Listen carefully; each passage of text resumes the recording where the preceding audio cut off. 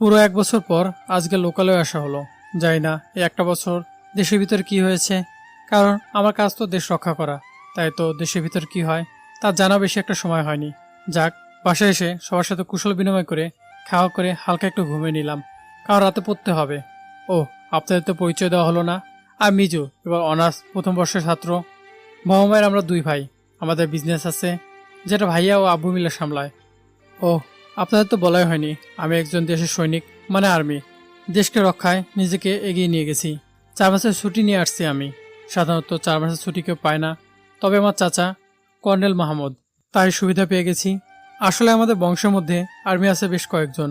আমি প্রত্যেক বছরে এসে সেমিস্টার পরীক্ষা দিয়ে যাই শুধু, তারপর আবার চলে যাই বর্ডারে। এবার ফাইনাল এক্সাম, তাই ছুটিটা বেশি করে নিতে হয়েছে। আমি যে ভার্সিটিতে পড়ালেখা করি সেখানে আমাকে কেউ জানে না যে আমি আর্মি, কারণ আমার কোনো বন্ধু নেই। কারণটা হয়তো আমি ওদের মতো ভার্সিটিতে সময় দিতে পারি না, কারণ আমাকে যে দেশ রক্ষা করতে হয়, তাই তো ওরা শান্তিতে দেশে থাকতে পারে। সন্ধ্যায় আম্মুটাকে ঘুম ভাঙলো। উঠে ফ্রেশ হয়ে গিয়ে কিছু হালকা নাস্তা করে নিলাম, তারপর সবার সাথে গল্প করে রুমে চলে আসলাম। এসে পড়তে বসলাম, কারণ এবছর কাজের চাপ বেশি ছিল, তাই বেশি একটা পড়তে পারিনি। তাই কিছুদিন বেশি ছুটি নিয়ে যেন ভার্সিটিতে গিয়ে কয়েকদিন ক্লাস করতে পারি। তাই কালকে থেকে ভার্সিটি গিয়ে ক্লাস করব। পড়াশোনা শেষ করে রাতের খাবার খেয়ে নিলাম, তারপর সাধারণত একটু এক্সারসাইজ করে ফ্রেশ হয়ে ঘুমিয়ে গেলাম। ফজর আজানে ঘুম ভাঙলো। উঠে ফ্রেশ হয়ে নামাজ আদায় করে নিলাম। সকালে নাস্তা করে ভার্সিটির জন্য রেডি হয়ে চলে আসলাম ভার্সিটিতে।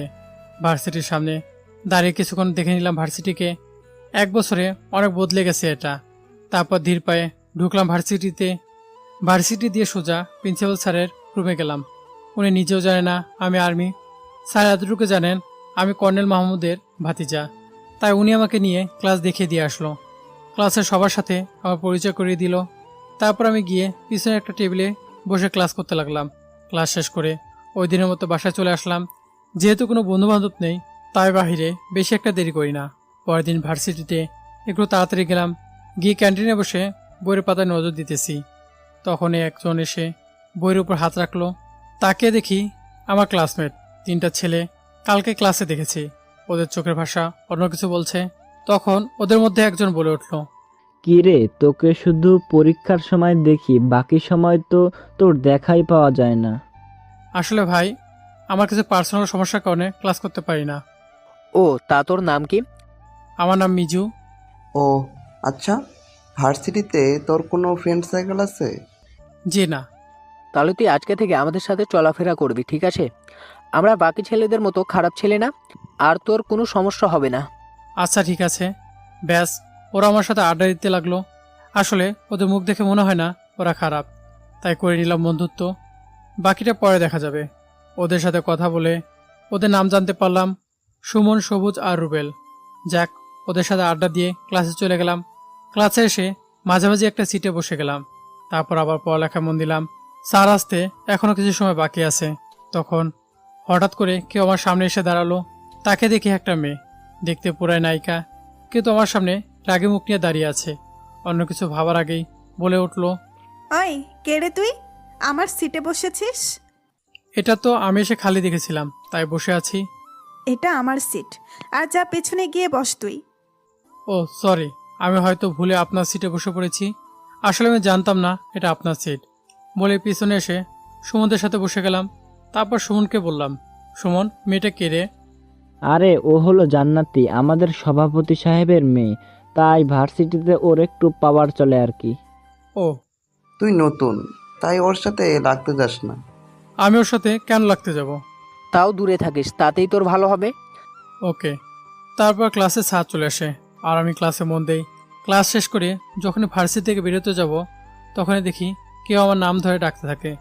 তাকে দেখে জান্নাতি, আর তার পাশে কিছু মেয়ে আছে। তখনই জান্নাতি ইশারা করে আমাকে ওর কাছে যেতে বলল। তাই আমি বেশি কিছু না ভেবে গেলাম ওদের কাছে। কিরে, শুনলাম তুই নাকি কাল নতুন এসেছিস কলেজে? জি, আমি নতুন না, তবে ক্লাসে এসেছি কালকে প্রথম। ও, তা তুই কি এমন কাজ করিস যে ক্লাস করতে পারিস না? এমনি মন চায় না, তাই করি না। আর কারণ থাকলেও আপনাকে বলতে বাধ্য না আমি। ও, এত অ্যাটিটিউড তোর? এখানে অ্যাটিটিউডের কি দেখলেন? আমি বলেছি আমি যা করি তা আপনাকে বলতে বাধ্য না। ব্যাস। হুম, এসব আঁকাবাঁকা কথা বের করব আমি, তারপর সোজা কথায় উত্তর দেওয়া শিখিয়ে দেব। আপনি কি আমাকে হুমকি দিচ্ছেন নাকি? হুমকি না, কালকে ভার্সিটি আই বুঝতে পারবি। ওকে বলে বাইরে চলে আসলাম। এটা ওইভাবে না নিয়ে আমি চলে গেলাম বাসায়। পরের দিন রেডি হয়ে চলে গেলাম ভার্সিটিতে। ভার্সিটিতে ঢুকতে যাব, তখনই সুমন আর বাকি দুইজন আসলো। মিজু, দাঁড়া, তোর সাথে কথা আছে। হুম, বল কি বলবি?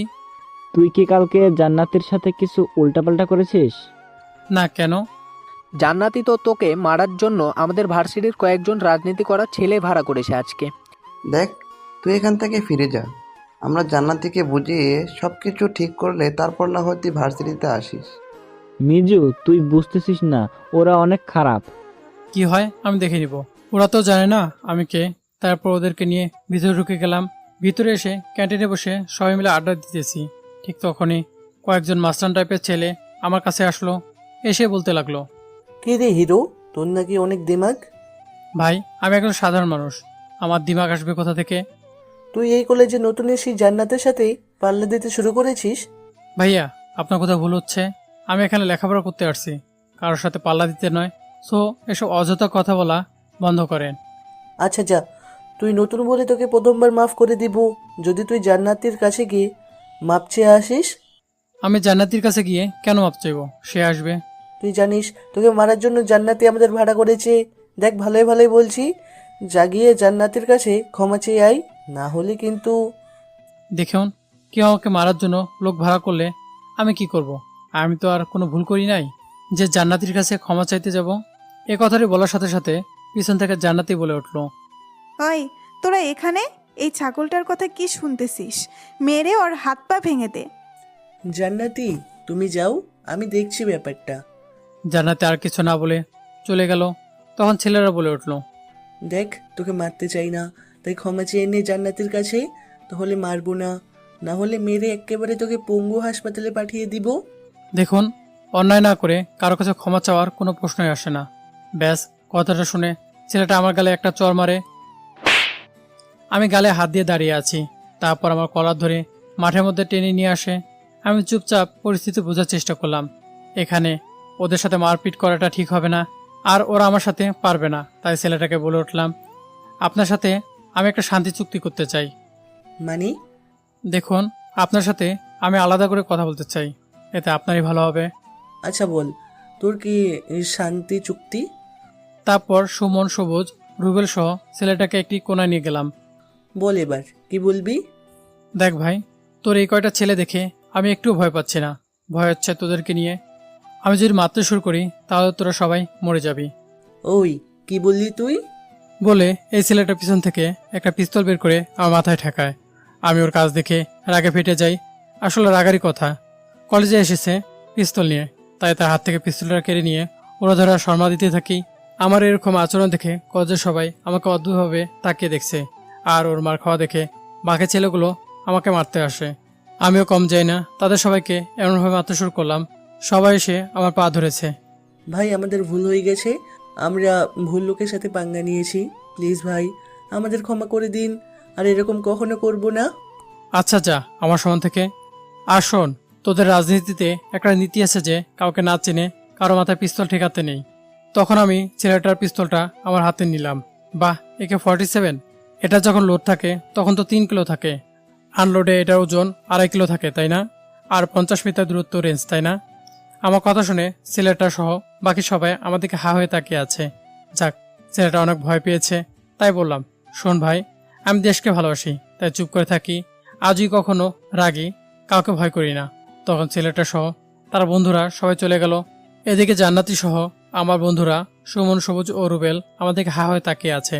ওরা হয়তো অবাক হয়েছে, তাই জিজ্ঞাসা করলাম, কি হলো, তোরা আমাদেরকে এভাবে তাকিয়ে আছিস কেন? ভাই, তুই আসলে কে, সত্যি করে বল তো। আরে, আমি তো তোদের মতো একজন সাধারণ মানুষ। কেন? তাহলে এতক্ষণ যা বললি? আরে ও কিছু না, সময় হলে বুঝতে পারবি। চল এবার ক্লাসে যাই। ক্লাসে আসার সময় লক্ষ্য করলাম জান্নাতি আমাদেরকে রাগে লুক নিয়ে তাকিয়ে আছে, মনে হচ্ছে খেয়ে ফেলবে। তারপর ক্লাসে বসে যথারীতি সবগুলো ক্লাস করে বাসায় চলে আসি। বাসায় এসে ফ্রেশ হয়ে নেই। তারপর হালকা কিছু নাস্তা করে রুমে গিয়ে শুয়ে পড়ি। সামনে পরীক্ষা, তাই বাইরে বের হলাম না, একটু ঘুমিয়ে গেলাম। ঘুম থেকে উঠে ফ্রেশ হয়ে নেই, তারপর পড়ালেখায় মন দেই। পড়ালেখা করতে করতে রাতটা অনেক গভীর হয়ে যায়। আব্বু আম্মু সবাই ঘুমিয়ে গেছে। আমার ঘরে আম্মু খাবার রেখে চলে গেছে, তাই খাবারটা খেয়ে নিলাম। কিছুক্ষণ ছাদে হাঁটাহাঁটি করে এসে ঘুমিয়ে গেলাম। ফজর আজানে ঘুম ভাঙে, নামাজ পড়ে এসে পড়তে বসলাম। মা এসে কফি দিয়ে যায়, কফি খেয়ে আবার পড়তে বসলাম। পড়া শেষে ফ্রেশ হয়ে কিছু না খেয়ে কলেজে চলে আসি। কলেজে গিয়ে দেখি এখনও কেউ আসেনি, তাই আমি গিয়ে একটা গাছের নিচে বসেছিলাম। তারপর ক্লাসে গিয়ে নিয়মিত ক্লাস শেষ করে বাসায় চলে আসি। এর মধ্যে জান্নাতি আমার সাথে অনেকবার কথা বলতে এসেছে, কিন্তু আমি কোনো সাড়া দিইনি। এভাবে কেটে যায় 20 দিন। আজকে রাত গভীর করে পড়ালেখা করি, তারপর ঘুমিয়ে যাই, কারণ আর কয়েকদিন পর পরীক্ষা। আর মনে হয় 2 সপ্তাহ ক্লাস হবে। সকালে ঘুম থেকে উঠে ফ্রেশ হয়ে নেই, তারপর মা নাস্তা করতে রাখে। আমি নিচে গিয়ে ডাইনিং টেবিলে বসে পড়ি। খাবার আইটেমগুলো দেখে আমি মুখরিত, কারণ মা আজকে আমার পছন্দ অনেকগুলো খাবার রান্না করেছে। আসলে প্রায় 1 বছর ভালো করে মায়ের হাতে রান্না খাইনি, তাই আর কি। খাবারগুলো খেয়ে ভার্সিটি চলে আসি। ভার্সিটি এসে ক্যান্টিনে বসে বই পড়তেছি, তখন কোনো এক মেয়ের চিল্লানো কানে আসে। তাই উঠে একটু সামনে গেলাম। সামনে যেতেই চোখে পড়লো একটা ছেলে একটা মেয়েকে বিরক্ত করতেছে, তাই আমি ওদের কাছে গেলাম। মেয়েটা আমাকে দেখে আমার পিছনে এসে লুকিয়ে পড়লো। ভাইয়া আমাকে প্লিজ বাঁচান, ছেলেটা আমার ফায়দা ওঠাতে চাচ্ছে। প্রথমত খারাপ লাগলো যে শিক্ষা প্রতিষ্ঠানে এসব করতেছে, তাও ছেলেটাকে থাপ্পড় দিয়ে প্রিন্সিপাল স্যারকে ফোন দিলাম। ওনাকে সবকিছু বলার পর উনি বললেন যে এখনই আসতেছেন। তারপর আমাদের দিকে একে একে সবাই আসতে শুরু করলো। খেয়াল করলাম জান্নাতে আমার দিকে তাকিয়ে কেমন জানি মিটিমিটি হাসতেছে। আমি সেদিকে ভ্রুক্ষেপ না করে বসে রইলাম। তারপর সবাই আসার পর আমাকে সহ ওদেরকে ডেকে নিয়ে গেল প্রিন্সিপাল স্যারের রুমে। তারপর প্রিন্সিপাল স্যার মেয়েটাকে জিজ্ঞেস করলো, মিজু আমাকে যা যা ফোন করে বলেছে তা কি সত্য? কি বলেছে স্যার? এই যে ছেলেটা তোমার ফায়দা উঠাতে চেয়েছিল। স্যার উনি যা বলেছে তা সবই মিথ্যা, আর ও হলো আমার বয়ফ্রেন্ড। মেয়েটার কথা শুনে আমি ওর দিকে তাকিয়ে চমকে উঠলাম। কি বলছে মেয়েটা? আমার মাথায় তো কিছু আসছে না। তখন প্রিন্সিপাল স্যার মেয়েটাকে বলল, আচ্ছা কি হয়েছে বলো তো শুনি একটু। স্যার আমি আর আমার বয়ফ্রেন্ড বসে গল্প করছিলাম, তখনই উনি এসে আমার বয়ফ্রেন্ডকে কয়েকটা চর বসিয়ে দেয়। তারপর আপনাকে ফোন দিয়ে কি সব বানিয়ে বানিয়ে বলে। তারপর আর কি এখানে। ওই মেয়ে, তুমি কি বলতেছো এসব? তখন কি বলছিলে আর এখন কি বলতেছো? আমি তো তখনই বলেছিলাম যে আমাদের দুজনকে ছেড়ে দিন, কিন্তু আপনি তো চুপ করে বসে থাকতে বললেন। কি? হ্যাঁ। আমাদের দুজনকে থামিয়ে দিয়ে প্রিন্সিপাল স্যার বললেন, মিজু তুমি কেন করেছো তা আমি জানতে চাই না, তবে ভবিষ্যতে কারো সম্মান নিয়ে টান দেওয়ার আগে একবার চিন্তা ভাবনা করো।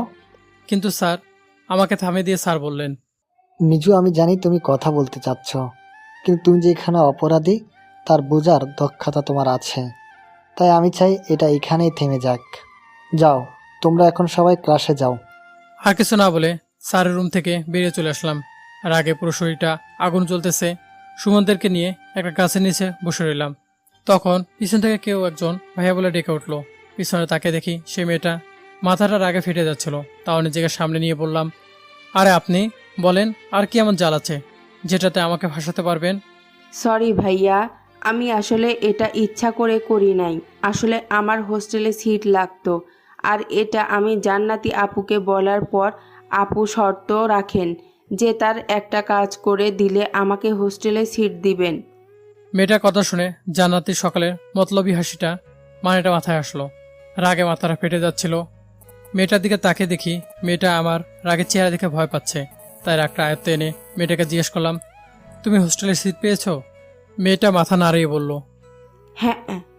ঠিক আছে যাও। আর হ্যাঁ, একটা কথা মনে রাখবে, নিজের স্বার্থের জন্য কাউকে ইমোশন দিয়ে আঘাত করবে না, কারণ ইমোশনে আঘাতের কারণে মানুষের উপর থেকে বিশ্বাস আর ভরসা উঠে যায়। সরি ভাইয়া। ইটস ওকে, যাও মন দিয়ে পড়ালেখা করবে, কেমন? ওকে ভাইয়া। তারপর আমি সুমনকে বলি, সুমন জানাতে একা থাকে কখন, কোন সময়? কেন? ওর সাথে একটু হিসাব নিকাশ আছে। জান্নাতির লাস্ট ক্লাসটা করে না, তখন ও একাই ক্যান্টিনে বসে সময় পার করে। ওকে, তাহলে বিকেলে ওর সাথে হিসাবটা মিলিয়ে নিতে হবে। কি করবি তুই? সেটা না হয় সময় হলেই বলবো, মানে বিকেলে দেখতে পারবি। এখন চল ক্লাসে যাই। ওকে চল। তারপর বিকেলে লাস্ট ক্লাসটা করে ক্যান্টিনে আসতেই দেখি জানাতে বসে আছে। ওকে দেখা মাত্রই মেজটা গরম হয়ে গেল, তাই ওর কাছে গেলাম। গিয়ে গালে ঠাস করে একটা থাপড় বসিয়ে দিলাম। থাপ্পড় খেয়ে জানিত আমার দিকে অবাক হয়ে তাকিয়ে আছে। কি হয়েছে, কিছুই বুঝতেছেন না?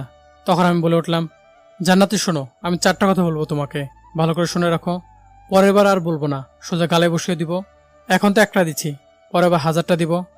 ফার্স্ট, ক্ষমতার অপব্যবহার করা ভালো না। তোমার যে ক্ষমতা আছে সেটা ভালো কাজে লাগাও, কোনো খারাপ কাজে নয়। সেকেন্ড, নিজের রাগ আর জেদটাকে কন্ট্রোল করতে শেখো, না হলে একদিন তোমাকে তার ফল ভোগ করতে হবে। থার্ড, কারো ইমোশনে আঘাত করো না, কারণ আঘাতটা অনেক ভিতরে গিয়ে লাগে। ফোর্থ, দেখো আমি যতদিন এখানে আসি ততদিন এখানে ভালোভাবে থাকতে দাও, যেন ওইখানে গিয়ে আমার সাথীদের বলতে পারি এখানের স্মৃতিগুলো। অনেকটা রাগি লুক নিয়ে জান্নাতিকে কথাগুলো বললাম।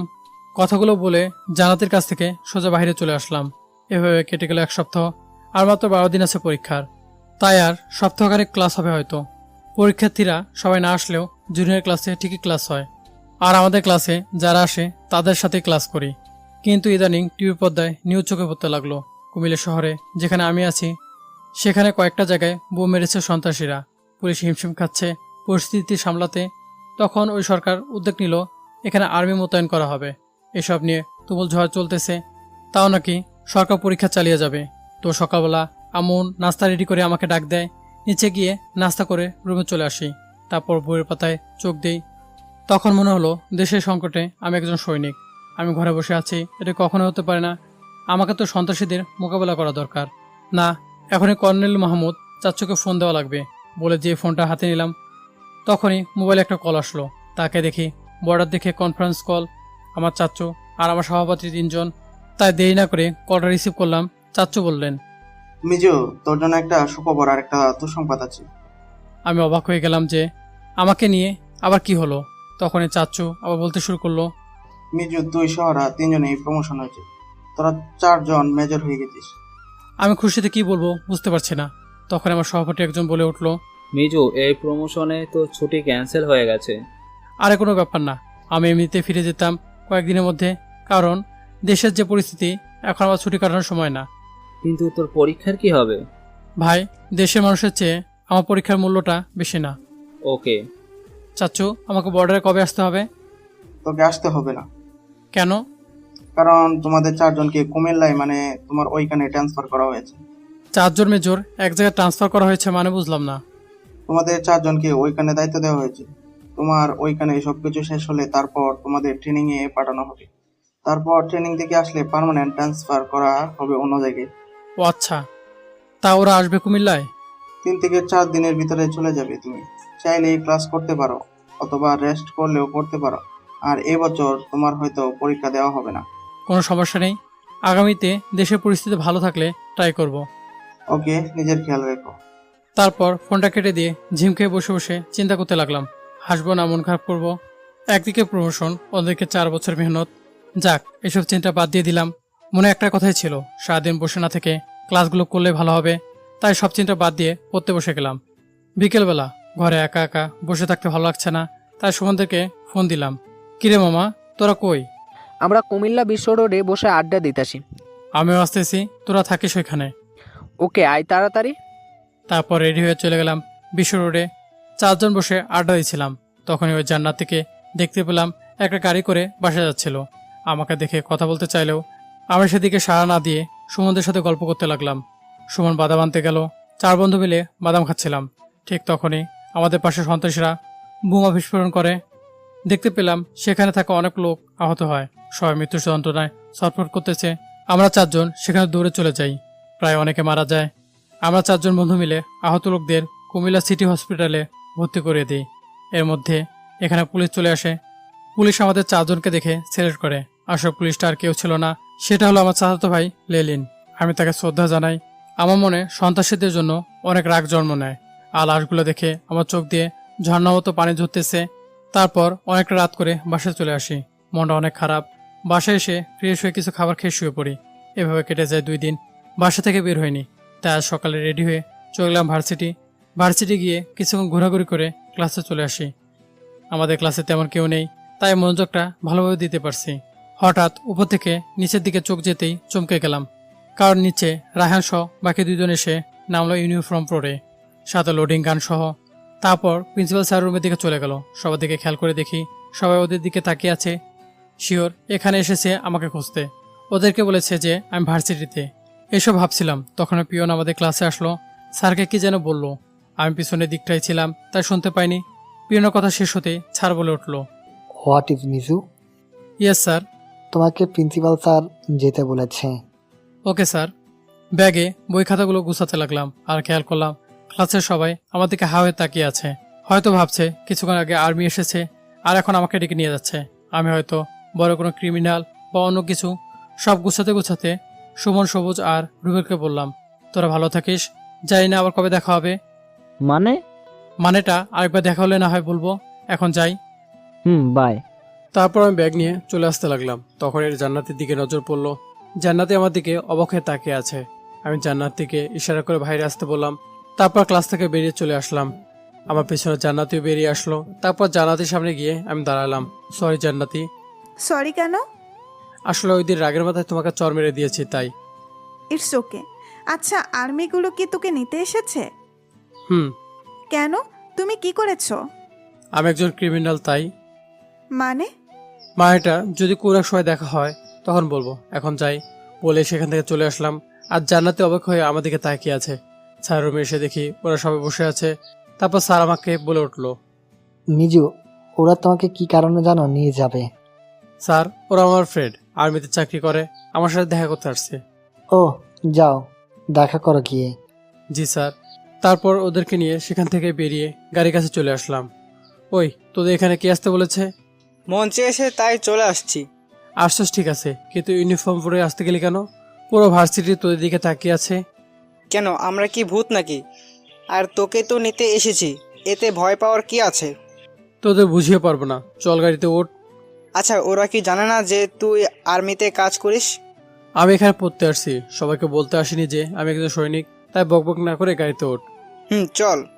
তারপর ভার্সিটি থেকে সোজা বাসায় চলে আসলাম। এসে ফ্রেশ হয়ে সবাই মিলে একটু আড্ডা দিলাম। দুপুরে খাওয়া দাওয়া করে 4 জন রওনা দিলাম ক্যাম্পের দিকে। ক্যাম্পে গিয়ে শুধু বুঝে দিতে হবে সব কাজ। তারপর ক্যাম্পে পৌঁছাতে বিকেলে হয়ে গেল প্রায়। তারপর সেখানকার কর্নেলের সাথে দেখা করলাম এসে। তারপর উনি আমাদের এখানকার কাজ বুঝিয়ে দিতে লাগলো। আর এখানে হালকা কিছু কাজ করতেছিলাম, পাশাপাশি আমাদের নিয়মিত হালকা ট্রেনিং করাচ্ছেন। এভাবে কেটে গেল কয়েকদিন। সবকিছু ভুলে কাজে মন দিলাম। পরীক্ষা শুরু 2 দিন আগে কর্নেল আমাদের 4 জনকে ডেকে নিয়ে গেলেন।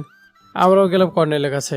উনি প্রথমেই বললেন, দেখুন, তোমাদের এতদিন আমি কোনো কাজ না দিয়েই শুধু তোমাদের পরীক্ষা করে দেখেছি।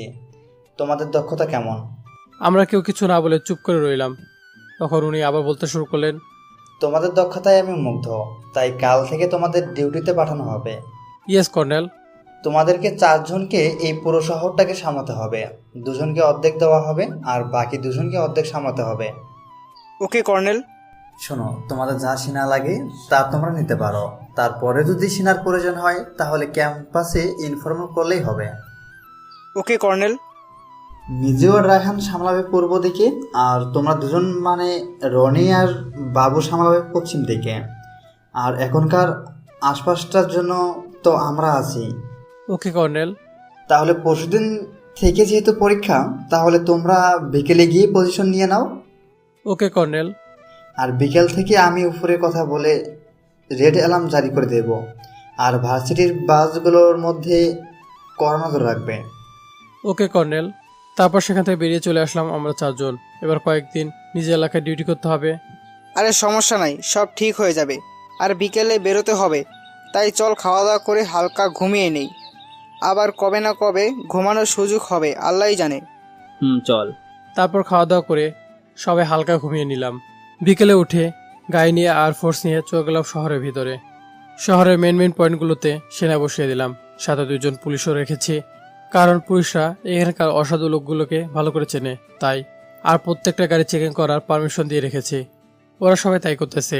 আমি রাস্তার পাশে দাঁড়িয়েছিলাম, তখনই খেয়াল করলাম জান্নাতি এই সন্ধ্যায় কোথা থেকে যেন আসতেছে, তাই মাস্কটা পরে নিলাম। তারপর জান্নাতি গাড়িটা চেকিং করার জন্য থামালো। জান্নাতি কয়েকবার আমার দিকে তাকালো, আবার চেকিং শেষে গাড়ি নিয়ে আমার সামনে দিয়ে চলে গেল। পার হয়ে গেল একদিন। দেখতে দেখতে কাল থেকে পরীক্ষা, তাই রাতে কাজ শেষ করে ঘুমিয়ে গেলাম। সকালে উঠে ফ্রেশ হয়ে আমি আর রায়হান মিলে নামাজ আদায় করে নিলাম। তারপর আমি আর রায়হান বসে গেলাম নাস্তা করতে। রায়হানকে বললাম, রায়হান তুই ভার্সিটি চলে যা, ওইখানে গিয়ে ভার্সিটি বাসটা চেক করে নিবি। তারপর বোম ডিফিউজ এক্সপার্ট কাউকে নিয়ে চলে যাবি বাসের সাথে, সবাইকে চেকিং করে বাসে তুলবি। আর সামনের একটা গাড়িতে কিছু আর্মি আর পিছনের গাড়িতে কিছু আর্মি থাকবে, তাহলেই হবে। মিজু, সবচেয়ে ভালো হয় তুই ভার্সিটিতে চলে যা। ওইখানে সিকিউরিটি টাইট আমি রাতেই করে দিয়ে এসেছি। আর তুই কম বেশি সবাইকে চিনিস, তাই ভালো হবে তুই থাকলে। আমি সড়কের দিকটা দেখে নেব। কি করবো ভাবতেছি, তখন রাহান বলে উঠলো, আর কালকে প্রিন্সিপালকে গিয়ে বলে দিয়ে এসেছি সব কিছু। উনি সবাইকে নিয়মগুলো বলে দিয়েছে। ভালো করেছিস। কিসমত কোথায় এনে দাঁড় করিয়েছে, তাই না রে? তোর মন খারাপ নাকি? মানে বুঝলাম না। না, যেখানে তুই সারা বছর কষ্ট করে সেমিস্টারের পরীক্ষাগুলো দিয়ে গেলি, সেখানে ফাইনাল পরীক্ষায় এইসব ঝামেলা বেঁধে গেল। তোর 4 বছরের স্বপ্নটা এক মুহূর্তেই ভেঙে গেল। আর তেমন কিছুই না। যেখানে তুই বসে পরীক্ষা দেওয়ার কথা ছিল, সেখানে ওরা পরীক্ষা দেবে আর তুই ওদের পাহারা দিবি, তাই মন খারাপ? দেখ ভাই, আমার 4 বছর পড়াশোনা হয়তো মূল্যহীন হয়ে গেছে, এটা কোনো ব্যাপার না। শোন ভাই, আমি যখন গেটে দাঁড়িয়ে থাকবো, তখন ভিতরে সবাই যে নির্ভয়ে পরীক্ষা দিতে পারবে, তার চেয়ে বেশি খুশি আর কিছু হতে পারে বল? ঠিক বলেছিস ভাই। মানুষ যখন আমাদের একটু সম্মান দেয় না, তখন জানিস আমি নিজে না খেয়ে থাকা আর হাতেরও কষ্টগুলো ভুলে যাই, সব মন খারাপ চলে যায়। এসব চিন্তা আর ইমোশনাল কথা বাদ দিয়ে রেডি হয়ে নে, সময় হয়ে গেছে, বেরোতে হবে। তারপর খাওয়া দাওয়া করে রেডি হয়ে দুজনে দুই দিকে চলে গেলাম। আমি ভার্সিটিতে গিয়ে প্রথম গাড়িটা চেক করে নিলাম, তারপর চলে গেলাম সবাইকে নিয়ে আসতে। আমি মাস্কটা পরে পিছনে একটা সিটে বসে আছি, আর বোম এক্সপার্ট সবাইকে চেক করে গাড়িতে তুলছে। সবাই মোটামুটি আমার দিকে তাকিয়ে নিজের সিটে বসে যায়। তো আমি কারোর সাথে কথা না বলে বসে রইলাম। হঠাৎ খেয়াল করলাম বাসে জান্নাতি উঠলো, তাই নড়ে চড়ে বসলাম কিছুটা। বাসে জায়গা নেই, তাই জান্নাতি বাধ্য হয়ে পিছনে আসলো।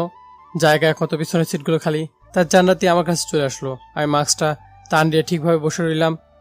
জান্নাতি বসে আমার পাশে রাখা পিস্তলটার দিকে তাকাচ্ছে, আর তার চেহারা দেখে মনে হচ্ছে সে ভয় পাচ্ছে। বাস আপন গতিতে চলতে লাগলো। আমি সানগ্লাসটা খুলে জান্নাতের দিকে তাকালাম, দেখলাম জান্নাতি আমার পাশে বসে আনইজি ফিল করতেছে। আমি কিছুক্ষণ চুপ করে বসে রইলাম, তারপর কি যেন ভেবে জান্নাতের দিকে ঘুরে বসলাম। তারপর বলে উঠলাম, হাই, আমি মেজর মিজু। জান্নাতি তেমন কোনো লুক না দিয়ে একবার তাকিয়ে আবার বসে রইল। তাই আমি এবার মাস্কটা খুলে ফেললাম আর জান্নাতির দিকে ফিরে বললাম, ওই দিনের মানেটা আজকে নিজেই দেখে নাও। কথাটা বলার পরে জান্নাতি আমার দিকে তাকালো, তারপর ওর চোখ বড় বড় হয়ে গেল। অবাক হয়ে তাকিয়ে রইল আমার দিকে। একটা সময় নীরবতা ভেঙে বলল, তুমি এখানে এই পোশাকে? জি, আমি আসলে এটাই, মেজর মিজু। তুমি আর্মিতে? হুম। তাহলে এতদিন কাউকে বলনি কেন? এমনি। আর বলে কি হতো? আমি বিশ্বাস করতে পারতেছি না যে তুমি মিজু, তুমি একজন আর্মি। কিছু না বলে বসে রইলাম আর চারদিকে খেয়াল করলাম কেউ শুনছে কিনা। না, যাক, সবাই নিজের মতো ব্যস্ত। মিজু, তোমার সাথে আমার কিছু কথা আছে। বলো। এখানে না, পরে কোনো এক সময় যখন তুমি ফ্রি থাকবে তখন আমাকে বলো, আমি এসে বলবো। প্রথমত আমার ডিউটি শেষ হবে রাত 12টার পর, আবার শুরু হবে ভোরবেলা থেকে। এর মধ্যে আসতে পারলে এসো, আমার সমস্যা নেই। বাকি সময়টা কি করো? এখন যা করতেছি ডিউটি। কি এত লম্বা সময় ডিউটি কিভাবে করো? আর এত কম সময় দেয় ঘুমানোর জন্য? ও হ্যালো, আমরা ঘুমিয়ে দিন পার করি না বলেই তোমরা এতটা সেফলি চলতে পারতেছো, না হলে আর এই জবটাকে নিজের চেয়েও বেশি ভালোবাসি। ওকে, বুঝলাম। বাস ভার্সিটিতে চলে আসছে, তাই জানা থেকে নামতে বললাম। তারপর আমি আবার মাস্কটা পরে নিলাম, কেউ যেন আমাকে ফাইন করতে না পারে। সবাই নেমে চলে গেল। তারপর আবার চলে গেলাম বাস নিয়ে স্টুডেন্ট আনতে। তারপর এদের নিয়ে এসে আবার নামিয়ে দিলাম। পরীক্ষায় আরও কিছু সময় বাকি আছে, তাই আমি বাইরে গিয়ে বাইরের দিকটা দেখতে চলে আসলাম। পরীক্ষা শুরু হওয়ার পর ভাবলাম প্রিন্সিপাল স্যারের সাথে যে কাজটা আছে সেটা শেষ করে ফেলি। তাই আমি আর দুজন মিলে গেলাম প্রিন্সিপাল স্যার রুমে। স্যার, আসতে পারি? ইয়েস। রুমে ঢুকে মাস্কটা খুলতেই প্রিন্সিপাল স্যার তো অবাক হয়ে তাকিয়ে রয়েছে আমার দিকে। স্যার, কিছু কথা বলার ছিল। বলো। স্যার, যারা পরীক্ষা দিতেছে তাদেরকে বলবেন তারা যেন পরীক্ষা শেষে গ্রাউন্ডে কিছুক্ষণ অপেক্ষা করে। ওদের সবাইকে নিয়ে কিছু কথা বলার দরকার আছে। কিন্তু তুমি এখানে কেন? তুমি না পরীক্ষা দিবে বলে এসেছিলে? দেশের পরিস্থিতিতে পরীক্ষা দিয়ে কীভাবে বলেন? তাই বলে কি 4 বছরের কষ্টটা বিফলে ফেলতে দিবে? কি আর করবো, তারপরও দেখি আগামী বছর চান্স পেলে পরীক্ষাটা দিতে পারি। অবশ্যই তোমার সব পরীক্ষা দেওয়ার ব্যবস্থা আমি করে দেব। তুমি দেশের জন্য নিজের স্বপ্নটা দমিয়ে রাখতে পারো, আর আমি তোমার জন্য এতটুকু করতে পারবো না? স্যারের কথা শুনে নিজে অজান্তে চোখের জল চলে আসলো। দেশের মানুষগুলোর জন্য জীবন দিলেও কষ্ট হবে না, তাদের ভালোবাসার কাছে পরীক্ষাটা কিছুই না। আচ্ছা স্যার, এখন আসি। বাইরে একটু কাজ আছে। ওকে। বাইরে এসে সবকিছু চেক করে নিলাম, তারপর চারিদিকে গিয়ে দেখলাম, তারপর পরীক্ষা শেষ হওয়ার জন্য বসে রইলাম। বিকেলে স্যার ফোন দিয়ে বললো পরীক্ষা শেষ, তাই আমাকে যেতে বললো। আমি গাড়ি নিয়ে সোজা চলে আসলাম ভার্সিটিতে। গিয়ে দেখি সবাই দাঁড়িয়ে আছে, তাই আমি আর দেরি না করে সোজা স্যার যেখানে দাঁড়িয়ে আছে সেখানে গিয়ে দাঁড়ালাম। তখন প্রিন্সিপাল স্যার আমাকে বলে উঠলো, মিজু এবার বলা শুরু করো। বলে আস্তে করে মাস্কটা খুলে ফেললাম। মাস্কটা খোলার সবাই আমার দিকে ভূত দেখার মতো তাকিয়ে রইলো। তখন আমি বলে উঠলাম, আমি মিজু, আর্মিতে মেজর আমি। এখানে সবাই আমাকে মোটামুটি চিনেন, তাই সোজা পয়েন্টে আসি। দেশে কি পরিস্থিতি দেখতেই তো পাচ্ছেন, আর বিশেষ করে এই দিকটায়। তাই আজকে এই ব্যাপারে আপনাদের কিছু বলতে এখানে ডাকা হয়েছে। দেখুন, সরকার এই পরিস্থিতিতে যেহেতু পরীক্ষা চালানোর অর্ডার দিয়েছে, তাই আমাদের প্রয়োজন কিছু সতর্কতা অবলম্বন করা। যেমন ভার্সিটিতে এখন শুধু পরীক্ষার্থীরাই আসেন, তাই আপনারা ছাড়া যদি অন্য কাউকে ভার্সিটিতে দেখেন অথবা কাউকে সন্দেহভাজন মনে হয়, তাহলে আমাদেরকে ইনফর্ম করবেন। আর বাসা থেকে বের হওয়ার সময় আপনি নিজের কাঁধের ব্যাগ, তারপর টিফিন বক্স সবকিছু সহ চেক করে বের হবেন। ভার্সিটি এসে নিজের ব্যাগটাকে সবসময় নিজের সাথে রাখবেন। যদি ওয়াশরুমে যান তাহলে ফিরে এসে ব্যাগটা আবার চেক করবেন। আর সন্দেহমূলক কোনো ব্যাগ বা অন্য কিছু দেখলে আমাদের জানান। আমরা সবসময় আপনাদের সেবায় নিয়োজিত। আপনারা সাবধানতা অবলম্বন করে চলুন, বাকিটা আমরা দেখে নিব। আর আমাদেরকে ভয় পাবেন না, আমরা সবাই আপনাকে রক্ষায় নিয়োজিত। তাই আর্মি অথবা পুলিশকে ভয় পাওয়ার কোনো দরকার নেই। আর চেকিংয়ের সময় কেউ তাড়াহুড়া করবেন না, কারণটা তো বলতে হবে না নিশ্চয়। আর সাবধানে চলাফেরা করবেন। সবগুলো কথা বলে একটু জিরে নিলাম। তারপর সবাই একসাথে বলে উঠলো, বাস চেকিং করা শেষ, এবার আপনার সবাই গিয়ে আস্তে আস্তে বাসে উঠে পড়ুন। তারপর গিয়ে বাসে উঠে বসে রইলাম। সবাইকে চেক করে উঠাতে লাগলো। জানাতে বাসে উঠে সোজা পিছনে চলে গেছলো, এসে আমার পাশে বসে গেল। তাই আমি বললাম, এত জায়গা থাকতে আমার পাশে এসে বসলে কেন? কেন, এখানে বসা যাবে না এমন কোনো নোটিশ আছে নাকি? না। তাহলে আর কি, আর এমনিতেও তোমার সাথে আমার কথা আছে, তাই বসেছি। কি কথা? বলতেছি। বলে জানাতে চুপ হয়ে গেল। কিছুক্ষণ চুপ থাকার পর বলে উঠলো, মিজু, আমি আসলে তোমাকে সরি বলতে চাই। কি? মিজু, সরি। আসলে আমি ওই দিন বাসা থেকে রেগে বের হয়েছিলাম, তারপর ভার্সিটিতে গিয়ে দেখি তুমি আমার সিটে বসে আছো, তাই রাগটা আরও বেড়ে গিয়েছিল। তাই তখন এমন বলে দিয়েছি। আর তারপর যখন আমার কথা শোনোনি, তখন আরও বেশি রেগে গিয়েছিলাম, তাই এত সব করেছি। It's okay. আচ্ছা, তুমি কি তোমাদের বাসায় থাকো নাকি ক্যাম্পে? ক্যাম্পে। কেন? বাসায় থাকলেই তো পারো, যেহেতু এখানে ডিউটি করো। প্রথমত, বাসা থাকা অর্ডার নেই। আর দ্বিতীয়ত, যদি কোনো দল আমার উপর অ্যাটাক করে, তাহলে বাসায় যারা আছে তাদের কি হবে বুঝতে পারছো? আর ডিউটির সময় কোনো পরিবার নেই। সময় হলে তারা আমাকে ছুটি দিবে পরিবারের সাথে সময় কাটানোর। কেন? মন চাইলে বাসায় আসতে পারো না তোমরা? থাক, তোমাকে বুঝিয়ে লাভ নেই। তা তোমার কি অবস্থা? চলতেছে আর কি। আর এখন ভালো হয়ে গেছি। কেন, আগে কি খারাপ ছিলে নাকি? না, আসলে আগে তো অল্পতেই রেগে যেতাম, এখন আর এই রাগটাকে নিজের কন্ট্রোলে নিয়ে এসেছি, আর মানুষের উপকার করতে শিখে গেছি। গুড। তা হঠাৎ এত পরিবর্তন কি থেকে? তুমি ওই দিন যে কথাগুলো বলেছিলে সেগুলো ভেবে দেখেছি। ও মিজু, এখন থেকে কি প্রতিদিন তুমি আমাদের সাথে আসা যাওয়া করবে? যতদিন না দুষ্কৃতীরা আইনের আওতায় আসে ততদিন আছি। তারপর চলে যাব। ট্রেনিং আছে সেখানে, ওইখান থেকে ফিরলে পোস্টিং হয়ে কোথাও। ও, তোমার নামার জায়গা চলে আসছে, নেমে যাও। তারপর জান্নাতি চলে গেল। তারপর সবাইকে নামিয়ে দিয়ে চলে আসলাম। তারপর ডিউটি শেষ করে বাসায় চলে আসলাম। এসে ফ্রেশ হয়ে ঘুমিয়ে নিলাম। এভাবে কয়েকদিন চলে গেল। আর ওইদিকে দুষ্কৃতীরা ধরা পড়ে গেল। তাই আজকে শেষবারের মতো সবাইকে ক্যান্টিনে জড়ো হতে বলা হয়েছে। তাই পরীক্ষা শেষ হওয়ার পর আমাকে কিছু বলতে হবে। তাই পরীক্ষা শেষ হওয়ার পর সবাইকে ডাকলাম প্রথম দিনের মতো। তারপর বলতে লাগলাম, হয়তো অনেকে জানেন যে যারা এতদিন দেশে আতঙ্ক ছড়িয়েছিল তারা একটু আগে ধরা পড়েছে।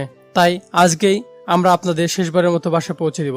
কাল থেকে আপনারা যেভাবে মন চায় সেভাবে আসতে পারেন। তারপরেও দুষ্কৃতীরা কোথায় কোথায় বম রেখেছে এসব জানার আগে সবাই প্লিজ একটু সাবধানে চলাফেরা করবেন। আমার যা বলা ছিল তা বলে দিয়েছি, এখন সবাই আসতে পারেন। বলে আমি যখন বাসের দিকে যাব তখন কেউ আমার নাম ধরে একজন ডেকে উঠলো। তাকে দেখে রনি। রাজ। বলেন। রনি কিছু না বলে স্যালুট করলো। আর রনি দেখা দেখি সবাই স্যালুট করলো। তারপর একটা মেয়ে বলে উঠলো, থ্যাঙ্কস মেজর সাহেব, দিন রাত এক করে এই শহরটাকে পাহারা দিয়েছেন আপনারা সবাই, তাই আপনাদের জন্য ভালোবাসাটাও বেড়ে গেল। It's my duty. কথাগুলো শুনে নিজের অজান্তে চোখে করে পানি জমে গেল। আর আমার সাথে যারা ছিল তাদের দিকে তাকিয়ে দেখি তাদেরও একই অবস্থা। হাত দিয়ে চোখের পানিগুলো মুছে বাসে উঠে বসলাম। সবার থেকে পাওয়া এত ভালোবাসা আমার কাছে দিন ও রাতে পরিশ্রমগুলো কিছুই না। হাজারো কষ্ট ভুলে যেতে পারে মানুষ যদি তাকে একটু কেউ ভালোবাসা দেয়। আর এখানে তো ভালোবাসার সমুদ্র। এসব ভাবতেছিলাম তখনই জান্নাতি এসে পাশে বসলো। তাকে দেখি মন খারাপ করে বসে আছে, তাই জিজ্ঞাসা করলাম, কি হয়েছে, মন খারাপ নাকি? হুম। কেন? তুমি চলে যাবে তাই মনটা খারাপ হয়ে আছে। দেখো, আমার কাজ দেশ রক্ষা করা, তাই বেশি দিন আমার সীমান্ত ছাড়া কোথাও থাকতে পারি না। তাই মন খারাপ করে লাভ নেই। আমরা দেশের ভিতরে অতিথি মাত্র, আমাদের বাসার সীমান্তে। তোমার কথাগুলো না আমাকে অনেক ভাবায়। কি এমন কথা বললাম যে সেগুলো তোমাকে ভাবাতে লাগলো? আর আমার মতো সহজ ভাষার কথা কেউ বলে কিনা তার সন্দেহ আছে। তোমার এই সহজ কথার মধ্যেই হাজারো প্যাচ আছে। যেমন? আচ্ছা বাদ দাও এসব কথা, আর শোনো, একটা কথা বলি তোমাকে। বলো। রাতে তোমাকে একটা মেসেজ পাঠাবো, আর সেটার উত্তর তুমি যাওয়ার আগে দিয়ে যাবে। বুঝলাম না, মেসেজে কেন? এখানেই বলো, আর এখন উত্তরটা দিয়ে দিই। কালকে দিতে হবে কেন? রাতটা দেওয়া হবে ভাবার জন্য। ওকে। তারপর সবাইকে নামিয়ে দিয়ে এসে সবাই মিলে সবকিছু গুছিয়ে নিতে লাগলাম। রাত 9টায় মোবাইলটা টুং করে উঠলো। তাকে দেখে জান্নাতের মেসেজ ওপেন করেই অবাক হয়ে গেলাম। মেসেজে লেখা, রাস, I love you and I am serious. কি ভাববো এটাই বুঝতেছি না, কি করব তা বুঝতেছি না। অবশ্যই ছোট্ট একটা মেসেজ পাঠিয়ে দিলাম, কালকে আমার সাথে নদীর পাড়ে দেখা করতে পারবে? হুম। ওকে, তাহলে সকালবেলা চলে এসো। মেসেজটা পাঠিয়ে মোবাইলটা রেখে দিলাম। একটা মেয়ে ভালোবাসে কথাটা আমাকে না ঘুমিয়ে রাখছে সারা রাত। এবছর ছুটিতে না আসলে আর এসব না হলে বুঝতামই না প্রেমের প্রস্তাব কতটা মারাত্মক জিনিস। আমার মনে হয় কোনো মেয়ে যদি কোনো ছেলেকে ভালোবাসি বলে দেয় তাহলে তার রাতের ঘুম শেষ মনে করেন। এসব ভাবতে ভাবতে ঘুমিয়ে গেলাম। সকালে উঠে প্রতিনিয়ত কাজ শেষ করে নাস্তা করতেছিলাম, তখনই মোবাইল বেজে উঠলো। মোবাইলের দিকে তাকিয়ে দেখে জান্নাতি, তাই রিসিভ করলাম। মিজু, তুমি কোথায়? খেতে বসলাম মাত্র। ও, খাওয়া শেষ করে তাড়াতাড়ি এসো, আমি দাঁড়িয়ে আছি। ওকে বলে ফোনটা রেখে দিলাম। তারপর নাস্তা শেষ করে নদীর পাড়ে গিয়ে দেখি জান্নাতি দাঁড়িয়ে আছে, তাই আমি ওর পাশে গিয়ে দাঁড়ালাম। আমাকে দেখে জান্নাতি বলে উঠলো, কি ভাবলে সারা রাত? রাত হয় ঘুমানোর জন্য, ভাবার জন্য হয় নাকি? তার মানে তুমি কিছুই ভাবো না এই রাতে? ভাবছি তো। কি ভাবছো বলো? সকালে উঠে কি কি করতে হবে এসব নিয়ে ভেবেছি। ওই রাজের বাচ্চা বোকা সাজছে। তুই আমার সামনে আয়, আমি যেটা বলতে বলেছি ওইটা বল। রাগে মুখ লাল হয়ে গেল জান্নাতের। কালকে রাতে যে বলেছিলাম ওইটা নিয়ে কি ভেবেছ? মিজু, তুমি কি রাজি? জান্নাতি, ভূমিতা না করে মূল কথাটা বলে ফেলি, তুমি শুনবে তো নাকি? বলো। জান্নাতি, তোমাকে ভালোবাসবে না এমন কোনো ছেলে নেই, কারণ তোমার ভিতর সহজ সরল একটা মন আছে, আর সেটার প্রেমে সবাই পড়ে যাবে। তার মানে তুমি রাজি, তাই তো? আমাকে কথাটা শেষ করতে দাও। বলো। জান্নাতি, তোমাকে ভালোবাসবে সব ছেলে। হ্যাঁ, আমিও তোমাকে পছন্দ করি, কিন্তু তোমাকে ভালোবাসতে পারবো না, সরি। কেন? তুমি কি অন্য কাউকে ভালোবাসো মিজু? না। তাহলে আমাকে ভালোবাসতে তোমার সমস্যা কোথায়? আমার সমস্যা নেই, কিন্তু ভবিষ্যতে আমার সাথে থাকতে গেলে তোমার সমস্যা হবে। মানে বুঝলাম না, কি বলতে চাইছো? পরিষ্কার করে বুঝিয়ে বলো। জান্নাতি, তুমি একটু চঞ্চল প্রকৃতির মেয়ে, আর এদের সবচেয়ে বেশি প্রয়োজন ভালোবাসার। হ্যাঁ, আমি তোমাকে জীবনসঙ্গী করে নিতে পারবো, কিন্তু তোমার পাশে সবসময় থাকতে পারবো না। জান্নাতি, তোমার লাইফ পার্টনার হিসেবে সেই বেস্ট যে তোমাকে সময় দিতে পারবে, সবসময় তোমার কেয়ার করতে পারবে। তুমি নিজেও জানো না তোমার জন্য এমন একজন ছেলে দরকার যে তোমাকে ভালোবাসা দিয়ে আগলে রাখবে, আর সবসময় তোমার পাশে থাকবে, তোমার ছায়া হয়ে থাকবে সে। আর সবসময় তোমার পাশে থাকার মানুষটি আমি হতে পারবো না, কারণ আমি বছরে 2-1 আসি, আর এই সময়টা তোমার জন্য যথেষ্ট নয়। মিজু, তুমি কি বোঝাতে চাইতেছো? দেখো জান্নাতি, তুমি এমন একজনকে বেছে নাও যে সবসময় তোমার পাশে থাকবে, কারণ আমি দেশের জন্য থাকবো এক জায়গায় আর তুমি থাকবে অন্য জায়গায়। প্রথমে ভালো লাগলেও পরে কি হবে তা বলতে পারছি না। তার চেয়ে ভালো হবে তুমি কোনো চাকরিজীবীকে বেছে নাও তোমার লাইফ পার্টনার হিসেবে, তাতে তোমার জন্যই ভালো। আর সবচাইতে বড় কথা কি জানো? যেখানে নিজের জীবন বাজি রেখেছি সেখানে অন্যকে স্বপ্ন কিভাবে দেখায় বলো? কে জানে কালকে হয়তো শত্রুর গুলিতে আমি মারা যেতে পারি। তাই প্লিজ। আর কিছু বলার আগে ঠাস করে আমার গালে একটা চর বসিয়ে দিল। হয়তো বড় কথা বলেছি তাই চরটা বেড়েছে, তাই ওদিকে তাকিয়ে আবার বলতে লাগলাম, দেখো যা সত্য তা তো বলতে হবে। তাই যেখানে আমি নিজে বাঁচি কতদিন তা জানি না, সেখানে আবার তোমাকে টানে কিভাবে বলো? তার চেয়ে ভালো তুমি কোনো বিজনেসম্যান অথবা সাধারণ চাকরিজীবীকে বিয়ে করে দেশের সুখে সংসার করো, আর তোমাদের পাহারা দিতে আমি তো আছি সবসময়। মিজু, সব সোরচাররাই তো বিয়ে করে, আর তারা তো কত সুখে জীবনযাপন করতেছে, তাহলে তোমার বেলায় এত সমস্যা কেন? জান্নাতির কথাটা শুনে নিজের অজান্তে এসে দিলাম। তাই জান্নাতিকে বলে উঠলাম, তুমি তাদের বাইরের দিকটাই দেখতেছো, চলো তোমাকে ভিতরে একটা ঘটনা বলি। আচ্ছা, 6 মাস আগের ঘটনা শুনেছ কিনা জানি না, মানব পাচারকারী দল থেকে 300 মেয়েকে উদ্ধার করেছে বাংলাদেশ সেনাবাহিনী। কেন? ওইখানে আমিও ছিলাম। ওইখানে ঘটনা বলি শোনো। জান্নাতি খুব মনোযোগ দিয়ে আমার কথা শুনতেছে, তার চোখে পানি টলমল করতেছে। তখন বলতে শুরু করলাম, আজ থেকে 5 বছর আগে আমি আর্মিতে জয়েন করি, মানে যখন আমি কলেজ লাইফ শেষ করেছিলাম। তারপরে আর্মিতে ঢুকে যাই চাচ্চুর মাধ্যমে। আমরা সবাই মিলে একটা টিম ছিলাম। তারপর আস্তে আস্তে করে কয়েকজন করে কমতে থাকলো, আবার কয়েকজন করে নতুন আসতে লাগলো। যারা মারা যায় তাদের মাটি দেওয়ার জন্য আমি সবসময় দেখি তাদের পরিবার পরিজন কান্না করে। আবার আমি এটাও দেখি যে সে কীভাবে মারা গিয়েছিল। তেমনি একটা ঘটনা, তখন আমার ডিউটি ছিল জঙ্গলের ভিতরে। প্রতিদিনের মতো আমরা ডিউটির জন্য সবাই রেডি হচ্ছিলাম। তখনই ফয়সাল, মানে আমাদের একজন সেনা সদস্য, এসে মিষ্টি বিলাতে লাগলো আমাদের রুমে সবাইকে। তাই আমি জিজ্ঞাসা করলাম, কিরে মিষ্টি বিলাচ্ছিস, কাহিনী কি? আবার কি আরেকটা বিয়ে করলি নাকি? আরে না, তোমাদের বলছিলাম না আমার স্ত্রী গর্ভবতী, সকালে আমার ছেলে হয়েছে। ও কনগ্রেস। তারপর আমাদের রুমের 10 জন ছিলাম, সবাই থেকে কনগ্রেস জানায়। তারপর রেডি হয়ে গাড়িতে গিয়ে বসলাম ডিউটিতে যাওয়ার জন্য। তো ফয়সাল এসেও আমার পাশে বসলো। গাড়ি গন্তব্যের দিকে চলতে লাগলো। তখন ফয়সাল বলে উঠলো, মিজু ডিউটি এসে ক্যাম্পের কাছের যেই বাজারটা আছে সেটা আমার সাথে একটু যাবি তুই? কেন? আরে ছেলের জন্য কিছু কাপড় কিনবো। এত ছোট বেবিটার কাপড় আছে নাকি? আর তার কাপড় কি পরা বয়স হচ্ছে নাকি? আরে বয়স হয়নি তো কি হয়েছে, আমি কাপড় নিয়ে নিজ হাতে তাকে পরিয়ে দেব। আমি ফয়সালের চোখে দিকে তাকিয়ে দেখেছিলাম বাবা হওয়ার আনন্দটা। ও চোখে ভাবছিল, তাই একটু হালকা হেসে ওকে বলে দিলাম। বিকেলে ডিউটি শেষ করে এসে ফয়সালের সাথে বাজারে গেলাম। গিয়ে অনেকগুলো ছোট বাবুদের কাপড় নিয়ে আসলাম। তারপর রুমে এসে কাপড়গুলো দেখতে লাগলাম। তখন আমি জিজ্ঞাসা করলাম, এইগুলো যে কিনে আনলি পাঠাবি কাকে দিয়ে? পাঠাবো কাকে দিয়ে মানে আমি নিজে নিয়ে যাব ছুটির জন্য। কালকেই আবেদন করেছিলাম আর কর্নেল মজুর করে, আর পরশুদিন থেকে 15 দিনের জন্য ছুটি দেয়। যাক, তাহলে তো ভালো। তাহলে কাল তো লাস্ট ডিউটি, তাই না? তাহলে তো ভালোই। তখন ফয়সালের ফোনটা বেজে ওঠে। ফয়সাল তাকে দেখে তার বউ ভিডিও কল দিয়েছে তার বাবুটাকে দেখানোর জন্য। যাক, তারপর ফয়সাল আমাদের সবাইকে তার বাবুটাকে দেখালো। তারপর আমাদের রুমের সবাইকে বলল তার বেবির জন্য একটা নাম রাখতে। আমরাও একটা নাম দিয়ে দিলাম, আর সে নামগুলো ডায়েরিতে লিখে নিল। আমরা সবাই বাবুটার এক একটা নাম রাখলাম। এভাবে রাতটা কেটে গেল। দুপুরে ডিউটিতে যাওয়ার জন্য রেডি হয়ে গাড়িতে বসে যেতে লাগলাম। তখন ফয়সাল বলে উঠল, যাক আজকে ডিউটি করে আসলে স্বপ্ন বাড়ি ফেরার। আমরা সবাই হাসতে লাগলাম ওর কথা শুনে। তারপর ডিউটিতে গিয়ে ডিউটি করতে লাগলাম। বিকেলে হঠাৎ করে কর্নেল স্যারের ফোন আসলো। কর্নেল জানালো হাইকমান্ডের কাছে নাকি খবর আছে আজকে আমাদের এখান দিয়ে বাংলাদেশে কিছু মানব পাচারকারী দল বাংলাদেশি বেশ শতাধিক মেয়েকে পার করে বিদেশে পাচার করে দিবে। তাই সেখানে পুরোপুরি অ্যালার্ট হতে বলা হয়। একসময় ওরা পার করার সময় আমাদের নজরে পড়ে। তারপর শুরু হয়ে যায় গোলাগুলি। আমি আর ফয়সাল ছিলাম এক পাথরের পিছনে। গোলাগুলির এক পর্যায়ে ফয়সাল গুলি করতে উকি দিতে একটা বুলেট ফয়সালের বুকে লাগে। ফয়সাল মাটিতে পড়ে যায়। আমি কিছুক্ষণ ফয়সালের দিকে তাকিয়ে দেখি। মাথাটা চক্কর মেরে ওঠে। এবার মনে হচ্ছিল আজরাইল আমার পাশে দাঁড়িয়ে আছে। ফয়সালকে আমাদের ইমার্জেন্সি টিমের কাছে নিয়ে পৌঁছে দিয়ে আসি। জানো, তখন মনে হচ্ছিল মৃত্যু আমাকে হাতছানি দিয়ে রাখতেছে। তারপর আবার গিয়ে সবার সাথে যোগ দিই। এক পর্যায়ে ওরা আমাদের সাথে না পেরে আত্মসমর্পণ করে। তারপর সেখান থেকে ফিরে এসে যা শুনি তার জন্য প্রস্তুত ছিলাম না। ফয়সালের কথা জিজ্ঞেস করতেই বলে সে নাকি আর নেই। কথাটা শুনে আমি থমকে গেলাম। ক্যাম্পের একটা জানায় গুলিটা ওর কলিজায় গিয়ে আঘাত করেছে, তাই এখানে আনার আগে মারা গেছে। আমাদের দিকে 4 জন মারা যায় আর 3 জন আহত হয়েছে। ওদের লাশের দিকে তাকিয়েছিলাম আমরা সবাই। বিশেষ করে আমি ফয়সালকে দেখছিলাম মাত্র 3 ঘন্টা আগে কথা বলতেছিল, এখন একদম নিশ্চুপ। তাই এক দৃষ্টিতে তাকিয়েছিলাম ওর দিকে।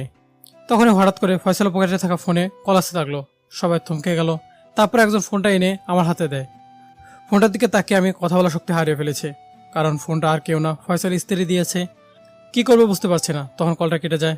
কয়েকজন বলল তাকে সব জানিয়ে দিতে, আবার কয়েকজন বলল মাত্র 2 দিন হলো সে মা হয়েছে, এমনিতে শরীর দুর্বল, তার উপরে এটা শুনলে ওনারা আবার কিছু হয়ে যেতে পারে। এসে বলা বলি করার সময় আমার ফোনটা বেজে উঠলো। তাই এত কিছু না ভেবে কলটা রিসিভ করলাম। তারপর কাপা কাপা গলায় বললাম, হ্যাঁ হ্যালো। হ্যালো ভাবি, কেমন আছেন? জি ভালো, আপনি কে? ভাবি আমি মিজু। ও ভাইয়া, ফয়সাল কোথায়? আসলে ভাবি কথাটা আপনাকে কিভাবে বলবো বুঝতে পারছি না। মানে কেন, কি হয়েছে? আরে তেমন কিছু না। আসলে ফয়সাল আর 4 জন মিলে একটা জায়গায় গিয়েছে কর্নেলের সাথে। সেখানে সিগন্যাল নেই। ফয়সাল ফিরতে 4-5 দিন সময় লাগবে। এর মধ্যে যদি ফয়সাল ওইখানে নেটওয়ার্ক পায় তাহলে আপনার সাথে কন্ট্যাক্ট করবে। আর তাড়াহুড়ো করে ফোনটা দিতে ভুলে গেছে কাটাটা। কবে যে গুছাবে আল্লাহ জানে, আপনি চিন্তা করবেন না। ওর না কালকে বাসায় আসার কথা ছিল। কি করব বলেন, ইমার্জেন্সি তো, তাই যেতে হয়েছে। তবে খুব শীঘ্রই ফয়সাল বাসায় ফিরবে। ওকে, ভালো থাকবেন ভাইয়া। ওকে বলে ফোনটা কেটে দিলাম। ফোনটা কাটার পরে চোখ দিয়ে গড় গড় করে পানি পড়তে লাগলো। অবশ্যই সামনে নিজেকে সামলে চলে আসলাম রুমে। কয়েকদিন পর ওদের বাসায় লাশটা পাঠানো হয়। সবকিছু ব্যবস্থা করে পরিস্থিতির দায়িত্ব আমাদের কয়েকজনকে দেওয়া হয়, তার মধ্যে আমিও ছিলাম। আমি ফয়সাল লাশের সাথে ওর বাসা থেকে রওনা দিলাম। সাথে আরও বেশ কয়েকজন ছিল। অবশেষে গাড়িতে বসে ওর কফিনের দিকে তাকিয়ে ভাবতে লাগলাম ওই দিনের কথাটা, যে আজকে ডিউটি শেষ হলে তারপর তার স্বপ্ন হবে বাড়ি যাওয়ার। আসার সময় ওর ছেলের জন্য কেনা জামাগুলো নিয়ে এসেছি আমি। তারপর ওদের বাসায় গিয়ে যাওয়ার পর শুরু হয় ওদের আত্মচিৎকার। অবশেষে ওর জানাজা দিয়ে আসার সময় ভাবির কাছে গেলাম একবার। ভাবি আমাকে দেখে বলে উঠলো, মিজু ভাই, আপনারা থাকতে এটা হলো কি করে? ভাবি আমি চেষ্টা করেছি কিন্তু বাঁচাতে পারিনি, তাই প্লিজ আমাকে মাফ করবেন। ওরা কান্না দেখে আমি নিজেকে সামলাতে পারছি না, তাই কাজ শেষ করে তাড়াতাড়ি চলে যাব বলে ঠিক করলাম। তাই ব্যাগ থেকে বেবির কাপড়গুলো বের করে ভাবিকে দিয়ে বলে উঠলাম, ভাবি ফয়সাল এগুলো আপনার সন্তানের জন্য কিনেছিল। কিন্তু আর কিছু বলতে পারলাম না। তারপর ওনার কাছে কাপড়গুলো দিয়ে আমি সেখান থেকে চলে আসলাম, কারণ সেখানে আর কিছুক্ষণ থাকলে কন্ট্রোল হারিয়ে ফেলবো আমি। তাই গাড়িতে এসে বসে রইলাম। তারপর এখান থেকে রাতে ক্যাম্পে ফিরে আসি। এরপর সবকিছু স্বাভাবিক হয়ে যায়। 1 মাস পর চাচু আমার ট্রান্সফার অর্ডার দিয়ে আমাকে তার আন্ডারে নিয়ে আসে। তারপর এভাবে চলতে লাগলো। কথাগুলো বলে জান্নাতের দিকে তাকিয়ে দেখি ও চোখ দিয়ে পানি পড়ছে। তাই আবার বলে উঠলাম, শোনো জান্নাতি, তুমি এখানে যেভাবে আমাদের থাকতে দেখছো আমরা সেভাবে বাঁচি না। আমরা নিজেদের সাথে সবসময় মৃত্যুকে নিয়ে ঘুরে বেড়াই। কত কিছু যে এই 2 চোখে দেখেছে, আর কত কিছু যে আর কত মানুষের মৃত্যু দেখেছে তা বলে বোঝাতে পারবো না। তাই এই চোখে স্বপ্ন থাকতে পারে না। আচ্ছা মিজু, সব সোলাহাররাই তো বিয়ে করে, তাহলে তারা কি মনে করে বিয়েটা করে? জান্নাত কোনো সৈনিক চায় না বিয়ে করতে, কিন্তু তাকে সমাজের চাপে আর পরিবারের চাপে তাকে বা তার বাবা মাকে খুশি করার জন্য বিয়ে করতে হয়। আরও কত কারণ আছে, এটা কিভাবে বলবো বলো? আচ্ছা তুমি কখনো বিয়ে করবে না? আমার মতো তো না, বাকিটা আব্বু আম্মু জানে। তোমার মনে হয় না তোমার ভালোবাসার অভাব আছে? দেশে 20 কোটি মানুষের ভালোবাসা নিয়ে থাকে আমি, আর তুমি বলছো ভালোবাসার অভাব? ওই, আমি তোমারে ওই ভালোবাসার কথা বলতেছি না। তোমাকে আমি যেমনটা ভালোবাসি সেই ভালোবাসার। জান্নাত তোমাকে আমি বোঝাতে পারবো না, তুমি আবার ওই রাস্তার কথা বলছো। শোনো, আমার কষ্টটা বোঝার চেষ্টা করো। আমি জানি কতটা কষ্ট লুকিয়ে আছে আমার ভিতরে। মৃত্যু নিয়ে খেলতে নেমেছি, তাই এখানে কাউকে সঙ্গী না করাই ভালো।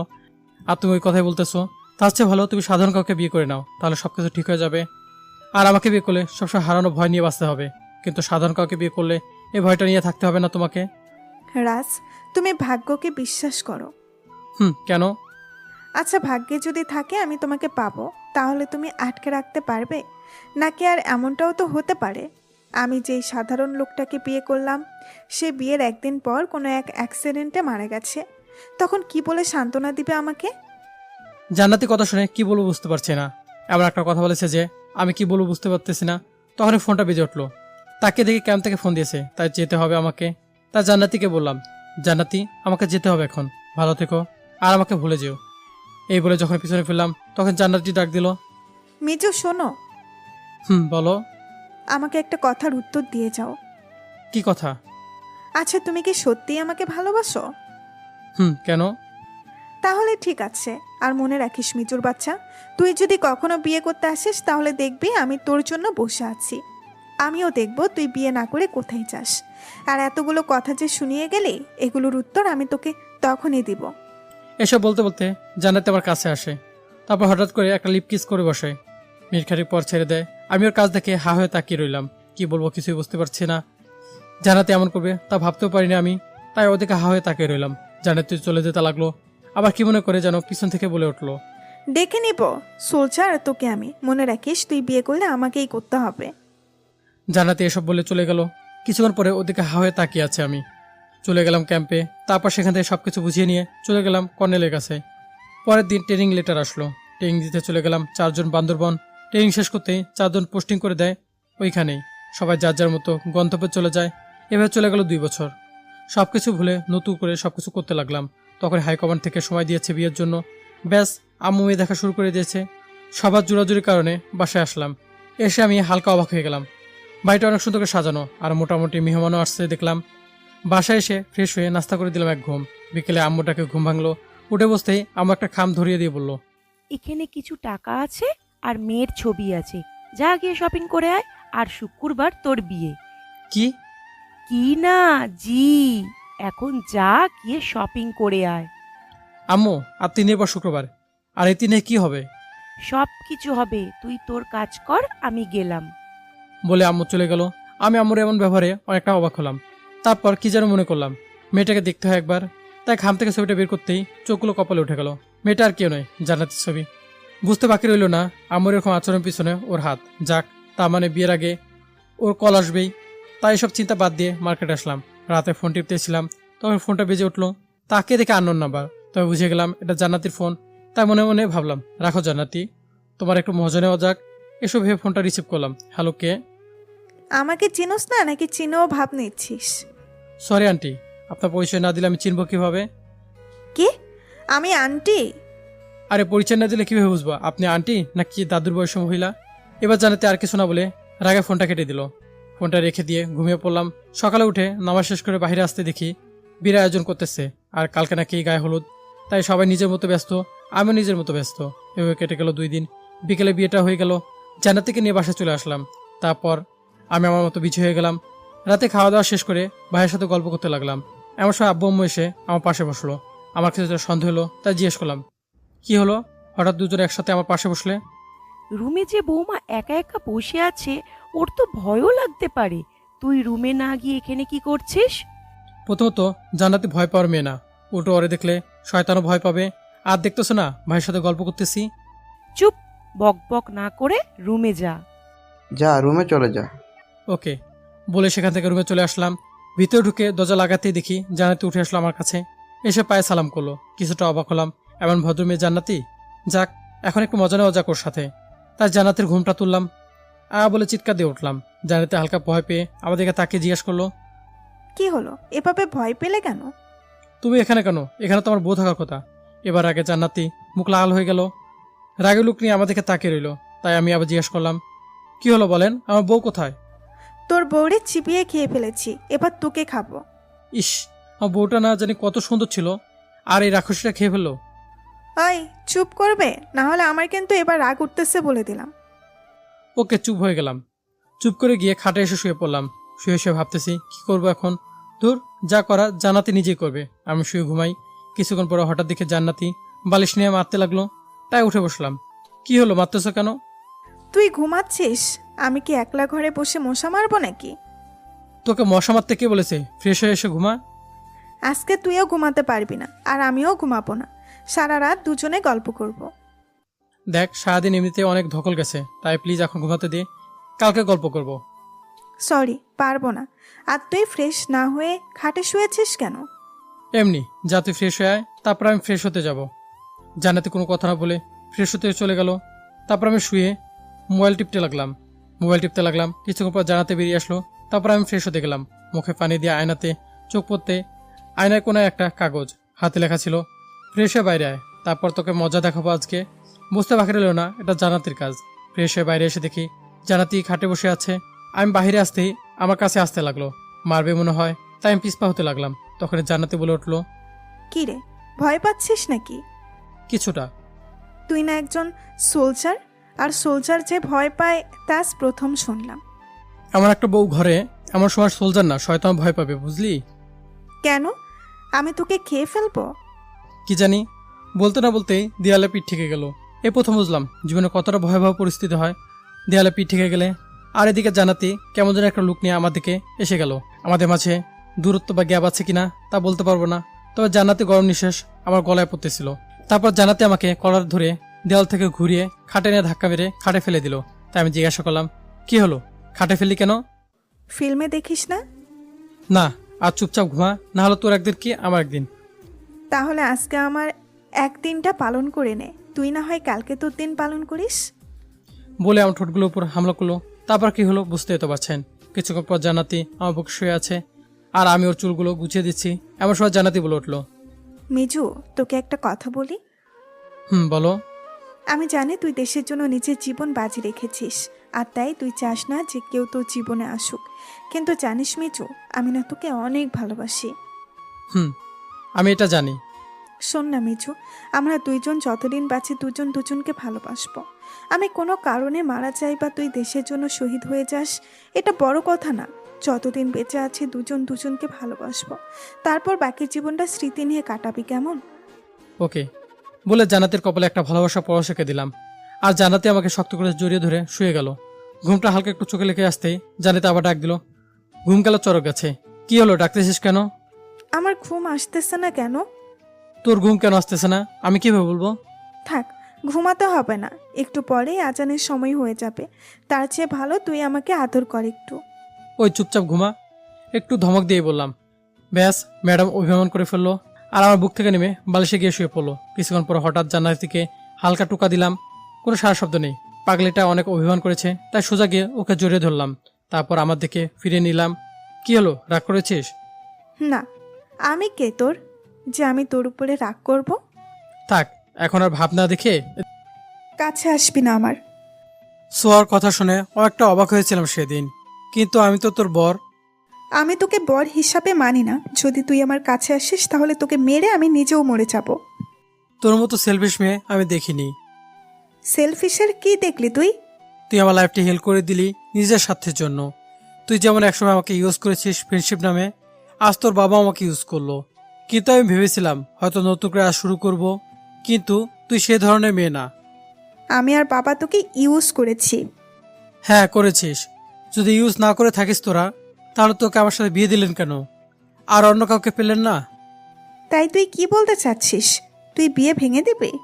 আমি বিয়ে ভাঙতে চাইনি, সবকিছু নতুন করে শুরু করতে চেয়েছি। কিন্তু তুই কি বললি একটু আগে, মনে করে দেখ। তোর মতো ছোট লোকের বাচ্চার সাথে আমি নিজেও সংসার করব না। তোর সাথে ফ্রেন্ডশিপ করাই আমার জীবনের সবচেয়ে বড় ভুল। কি বলবি বল, বাবা মাকে নিয়ে কিছু বলবি না? কি করবি রে তুই, কুত্তার বাচ্চা? সর সামনে থেকে, জানোয়ার কোথাকার। দুইটা ঠাস ঠাস করে বসিয়ে দিলাম। তুই কতটা নিস তার প্রমাণ দিলি। আমি তোর বাবা মাকে নিয়ে কিছু বলেছি?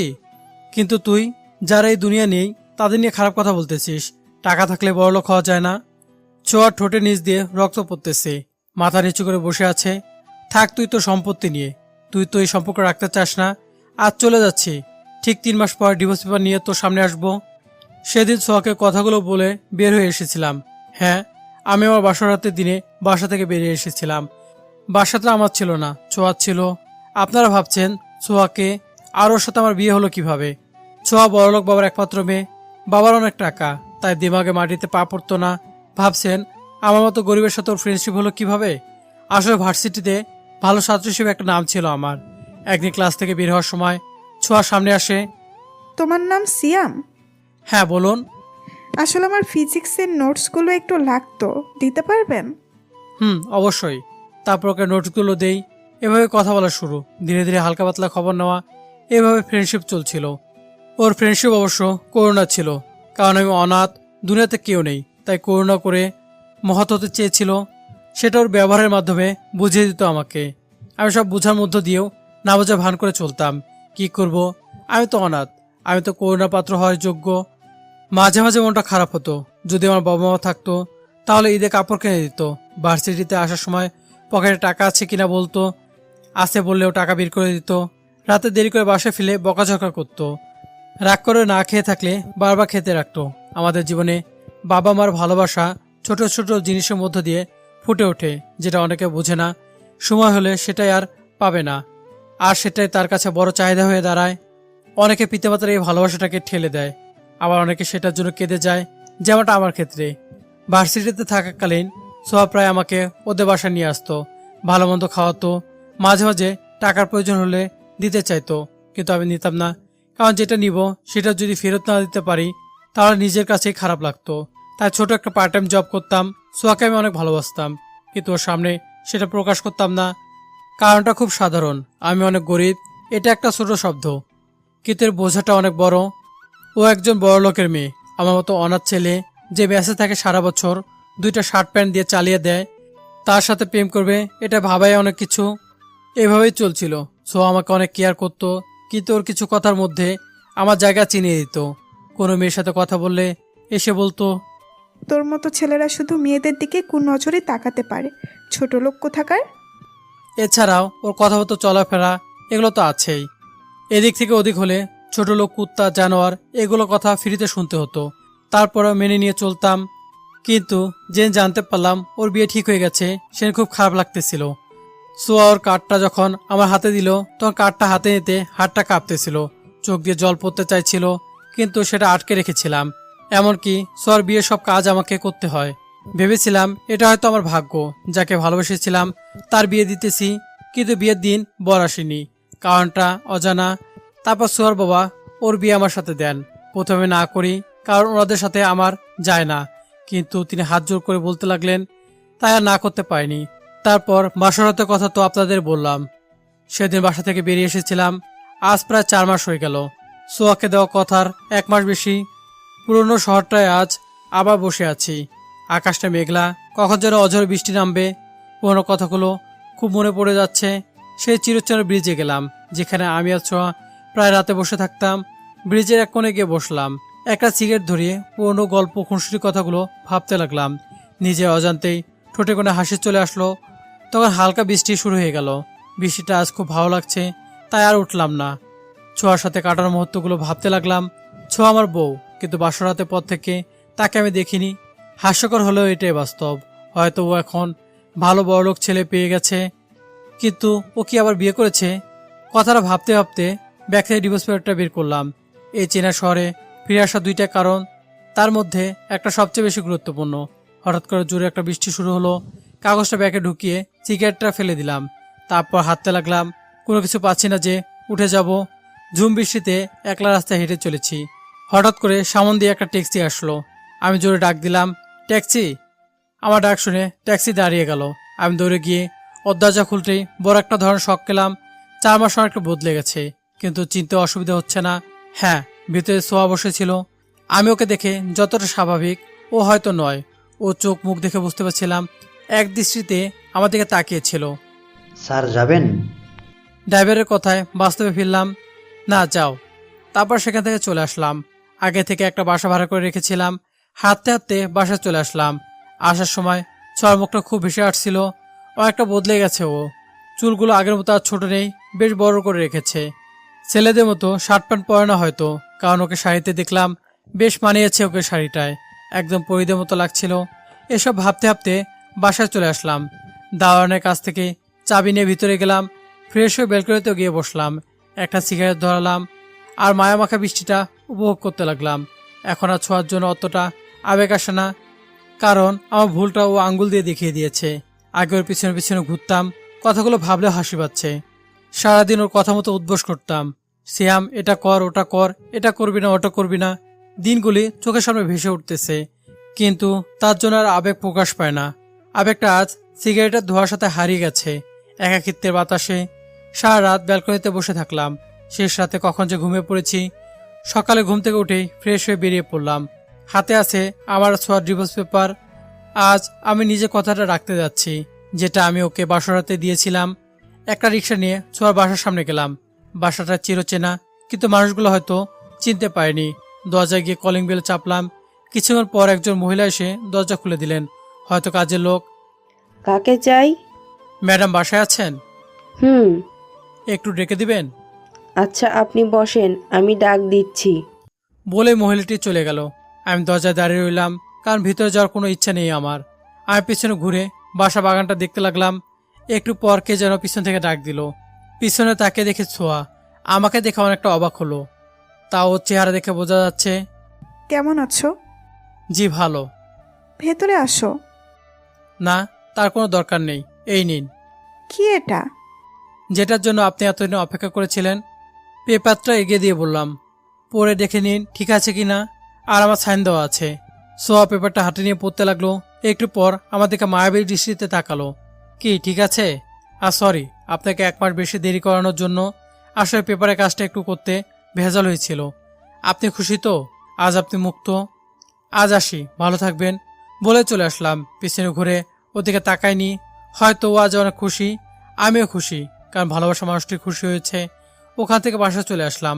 সারাদিন বাসায় টুকটাক গুছিয়েছি। বিকেলে বাজার করে এনে রান্না করলাম। একা থেকে রান্না করা শিখে গেছি, কারণ বাকিটা জীবন একাই কাটাতে হবে। রাতে খেয়ে তাড়াতাড়ি ঘুমিয়ে পড়লাম। সকালে অফিসে যেতে হবে। আমি এখন একটা বড় কোম্পানিতে সিনিয়র ম্যানেজার পদে প্রমোশন পেয়ে এখানে এসেছি। সকালে ঘুম থেকে উঠে ফ্রেশ হয়ে বেরিয়ে পড়লাম অফিসের উদ্দেশ্যে। অফিসে গিয়ে সবার সাথে কুশল বিনিময় করে নিজের ক্যাবিনে গিয়ে কাজ করতে লাগলাম। একটু পর একজন কর্মকর্তা এসে বলল, বস এসেছে, আপনার সাথে দেখা করতে চায়। আমি বসের রুমে গিয়ে দরজা নক করলাম। May I come in sir? Yes, come in. ভিতরে ঢুকতেই মাথায় আকাশ ভেঙে পড়ল। দরজা ঠেলে ভিতরে ঢুকতে সবকিছু অন্ধকার হয়ে গেল, কারণ ভিতরে শোয়া বসেছিল। আমি ওকে দেখে অনেক অবাক হলাম, কিন্তু ও আমাকে দেখে একটু অবাক হলো না। হয়তো ও আমাকে চিনতেও পারছে না। আমি ওর দিকে তাকিয়ে রইলাম। হ্যালো মিস্টার সিয়াম। আমি চুপ করে আছি। এই যে আপনাকে বলছি। ওর কথা বাস্তবে ফেললাম। Hello ma'am. বসুন। আমি একটা চেয়ার টেনে বসে পড়লাম। কি খাবেন? না ম্যাম, আমি কিছু খাবো না, ধন্যবাদ। সো আর কিছু বললো না। সো আমার দিকে তাকিয়ে থাকলো। আমি ওদিকে তাকিয়ে থাকা দেখে বেশ অস্বস্তি বোধ করলাম। ম্যাডাম, আমি যাই তাহলে? আসুন। আমি সেখান থেকে বেরিয়ে নিজের ক্যাবিনে চলে আসলাম। কি যে হচ্ছে আমি কিছুই বুঝতে পারছি না। সব মাথার উপর দিয়ে যাচ্ছে। ওসব চিন্তা বাদ দিয়ে কাজে মন দিলাম। কাজ শেষ করে বাসায় চলে আসলাম। বাসায় এসে ফ্রেশ হয়ে রান্না করে খেয়ে নিলাম। রাতে ঘুম আসছিল না, কারণ সোয়ার সেই মায়াবী তাকিয়ে থাকা চেহারাটা চোখ বন্ধ করে ভেসে উঠছিল। আমি কি সোয়াকে এখনো ভালোবাসি? নিজের মনকে প্রশ্ন করলাম। না, সেটা কিভাবে সম্ভব হয়? আমাদের তো ডিভোর্স হয়ে গেছে, আর ওর হয়তো বয়ফ্রেন্ডও আছে। মাথায় অনেক কিছু ঘুরপাক খাচ্ছিল। তাই ছাদে গিয়ে সিগারেট ধরালাম। পুরো রাত ঘুমাইনি, প্রায় রাত আমি নির্ঘুম ছিলাম। এখানে এসেও সে পুরনো অভ্যাসটা পাল্টানো গেল না। সকালে ফ্রেশ হয়ে অফিসে গেলাম। তাড়াহুড়োয় নাস্তা করা হয়নি। অফিসে গিয়ে নিজে কাজে মন দিলাম। একটু পর একজন ফাইল নিয়ে আসলো। I am coming sir. Yes, come in. Sir, এই ফাইলটাতে একটু সাইন লাগতো। আমি ফাইলটা চেক করে সাইন করে দিলাম। আমি সিমি। আমি সিয়াম। তুমি আমার বয়সের, তাই তোমাকে স্যার বলতে পারবো না। ঠিক আছে, তুমি করে বলিও। ওকে, আসি তাহলে। সিবি চলে গেল। আমি নিজের কাজে মন দিলাম। একটু পর একটা ফোন আসলো। হ্যালো। তাড়াতাড়ি আমার রুমে আসো। সোয়া রুমে গেলাম। গিয়ে দেখি ও মাথায় হাত দিয়ে বসে আছে। ম্যাম, কিছু বলবেন? সিয়াম, আমি তোকে ভার্সিটি লাইফ থেকেই ভালোবাসি, কিন্তু বলতে পারিনি। তোর উপর জোর খাটাতাম, কারণ আমি চাইতাম না যে তুই অন্য কোনো মেয়ের সাথে কথা বলিস। অন্য কারোর সাথে কথা বলতে দেখলে আমার খুব রাগ হতো। আমি জানি আমি তোর সাথে অনেক খারাপ ব্যবহার করেছি, আর বাসর রাতের দিন আমি তোকে ওভাবে বলতে চাইনি। আমার তোর উপর অভিমান হয়েছিল, কারণ বাবা তোকে বিয়ের কথা বলার পরেও তুই না বলে দিলি। সেই কারণে আমি তো তোকে ভালোবাসি, তাই তো প্ল্যান করে আমার বিয়েটা ভাঙলাম, যাতে বাবা কোনো উপায় না পেয়ে তোর সাথে বিয়ে দেয়। কিন্তু পরে যখন তুই চলে গেলি, আমি সারা রাত কেঁদেছি। তুই যদি একবার পিছনে ফিরে তাকিয়ে দেখতি, তাহলে বুঝতে পারতি আমি তোকে এই 4 মাস ধরে অনেক খুঁজেছি। প্রতি রাতে তোর জন্য কেঁদেছি, উপরওয়ালার কাছে প্রার্থনা করেছি যাতে তোকে আমার কাছে ফিরিয়ে দেয়। আমি তোকে অনেক ভালোবাসি। তোকে ছাড়া বেঁচে থাকা আমার পক্ষে সম্ভব নয়। প্লিজ আমাকে মাফ করে দে। সোয়া এসে আমাকে জড়িয়ে ধরলো আর কান্না করতে লাগলো। আমি ওকে নিজে থেকে ছাড়িয়ে নিলাম। এসব কথা বলার সময় অনেক আগে চলে গিয়েছে।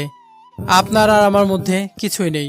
আপনার আর আমার একটা সম্পর্ক বস আর কর্মচারীর, এর থেকে বেশি কিছু নয়। কিছু কাজ থাকলে বলেন, না হলে আমি আসতেছি। সোয়া মাথা নিচু করে কেঁদে যাচ্ছে। চুলগুলো ওর মুখের সামনে চলে এসেছে। বেশ মায়াবী লাগতেছে। ইচ্ছে করতেছে ওর চুলগুলো নিজে হাতে সরিয়ে দেই, কিন্তু ওর মায়ে পড়লে হবে না। আমি আসি তাহলে, কথাটা বলেই বেরিয়ে আসতে লাগলাম। আমি নিজের ভালোবাসাটা আদায় করে নেব। তুই ভালো করেই জানিস আমি কতটা জেদি। আমি তোর অভিমানটাকে সরিয়ে ভালোবাসাটাকে বের করেই আনব। আমি তোকে কথা দিচ্ছি। দেখা যাবে। তারপর নিজে কেবিনে এসে কাজ করতে লাগলাম। অফিস শেষে বাসায় আসলাম। রাতে খেয়ে ঘুমিয়ে পড়লাম। সকালে ঘুম থেকে উঠে অফিসে গেলাম। একটু পর সিমি আসলো। কেমন আছো? ভালো, তুমি? ভালো। সিমির সাথে কথা বলতে লাগলাম। মেয়েটা কথা বলতেও পারে, শুরু করলে শেষ করতে চায় না। এরই মধ্যে সোয়া এসে আমাদের দেখে রাগে লাল হয়ে গেছে। কিছু বললো না, নিজের কেবিনে চলে গেল। একটু পর পিয়নকে দিয়ে আমাকে ডাক দিল। সোয়া রুমে গিয়ে নক দিলাম। আসবো ম্যাম? আসুন। আমি ভিতরে গেলাম। বসুন। না ম্যাম, কি কাজ আছে দিন? বসতে বলছি না? আমি কোনো কথা না বলে বসে পড়লাম। আমি বসতে সোয়া উঠে দাঁড়ালো। উঠে গিয়ে দরজা লাগিয়ে দিল। কি ব্যাপার, দরজা লাগিয়ে দিলেন কেন? আমার অফিস, আমি যা ইচ্ছা তাই করব। আমি সিটে বসে আছি। সোয়া এসে আমার সামনে ডেস্কটা উঠে বসলো। আপনি এভাবে বসলেন কেন? নিজের চেয়ারে গিয়ে বসুন। সেটা পরে দেখা যাবে, আগে বল তুই ওই সিমির সাথে এত হেসে কথা বলছিলিস কেন? সেটা আমার ব্যক্তিগত ব্যাপার, আপনি কে বলার? তোর ব্যাপার মানে? আমি তোর বউ। ছিলেন। ছোঁয়ার মুখটা মলিন হয়ে গেল, কি যেন ভাবতে লাগলো। আমি তাহলে আসি ম্যাম, আমার কাজ আছে। আমার কথায় ছোঁয়ার ধ্যান ভাঙলো। না, কোথাও যেতে হবে না, বসে থাক এখানে। কিন্তু আজ তো মিটিং আছে। ও, তাহলে যাও, বাকি ব্যবস্থা আমি পরে করছি। আমি উঠতে যাব, তখন ছোঁয়া আবার ধাক্কা দিয়ে সিটে বসিয়ে দিল। কোথায় যাচ্ছ? আপনি তো যেতে বললেন। আগে একটা কিস দাও, তারপর যেও। কি? আগে কিস দাও, তারপর যেও। পারবো না, পাগল নাকি? আপনার বপের কাছে যান। একটা কেন, 1000 কিস দিবে। অত কথা শুনতে চাই না, দিবি কিনা বল। না, দিব না। তাহলে যা করার আমাকেই করতে হবে। যা ইচ্ছা করে নিন। তখন ছোঁয়া ওর মাথা আমার মাথার কাছে আনলো। ওর টেবিলের উপর বসে থাকায় মাথা উঁচু করে ওর দিকে তাকাতে হচ্ছে। আমি ওর দিকে তাকাতে যাব, তখনই 2 হাত দিয়ে আমার গালটি ধরলো। ওর কপালের সাথে কপাল ঘুষতে লাগলো। কেমন যেন একটা ভালো লাগা নিজের ভেতর কাজ করতে লাগলো। ওর নিঃশ্বাস নেওয়ার শব্দ আমি স্পষ্ট শুনতে পাচ্ছিলাম। তারপর ও ওর ঠোঁট দুটো আমার ঠোঁটের দিকে এগিয়ে আনতে লাগলো। আমি বাধা দিলাম। ম্যাম, কি করছেন? একজন বউ তার বরের সাথে যা করে। বলেই ও আমার হাতটা সরিয়ে দিয়ে ঠোঁটের সাথে ঠোঁট লাগিয়ে দিল। বেশ কিছুক্ষণ পর ছেড়ে দিল। আমরা দুজন হাঁপাতে লাগলাম, কিন্তু ছোঁয়া মুসকে মুসকে হাসতে লাগলো। আপনি এটা কি করলেন? তুমি তো বললে যা করার করে নাও, তাই আমি যা করার করে নিলাম। আমি কিছু না বলে সেখান থেকে বেরিয়ে আসলাম। তারপর নিজে কেবিনে গিয়ে বসলাম। বসে শুধু ছোঁয়ার কথা ভাবতেছি। চওড়া গোলাপি ঠোঁট দুটো যেন আমাকে আবার টানতেছে। বারবার সে কিছু কথা মনে পড়তেছে, আর ঠোঁটের কোণে হাসি চলে আসতেছে। এত হাসি কিসের? কথাটা শুনে সামনে তাকিয়ে দেখে সিমি। একা একাই হাসছেন, পাগল হয়ে গেলেন নাকি? না, পাগল হতে যাব কেন? তাহলে একাই একাই হাসছেন যে?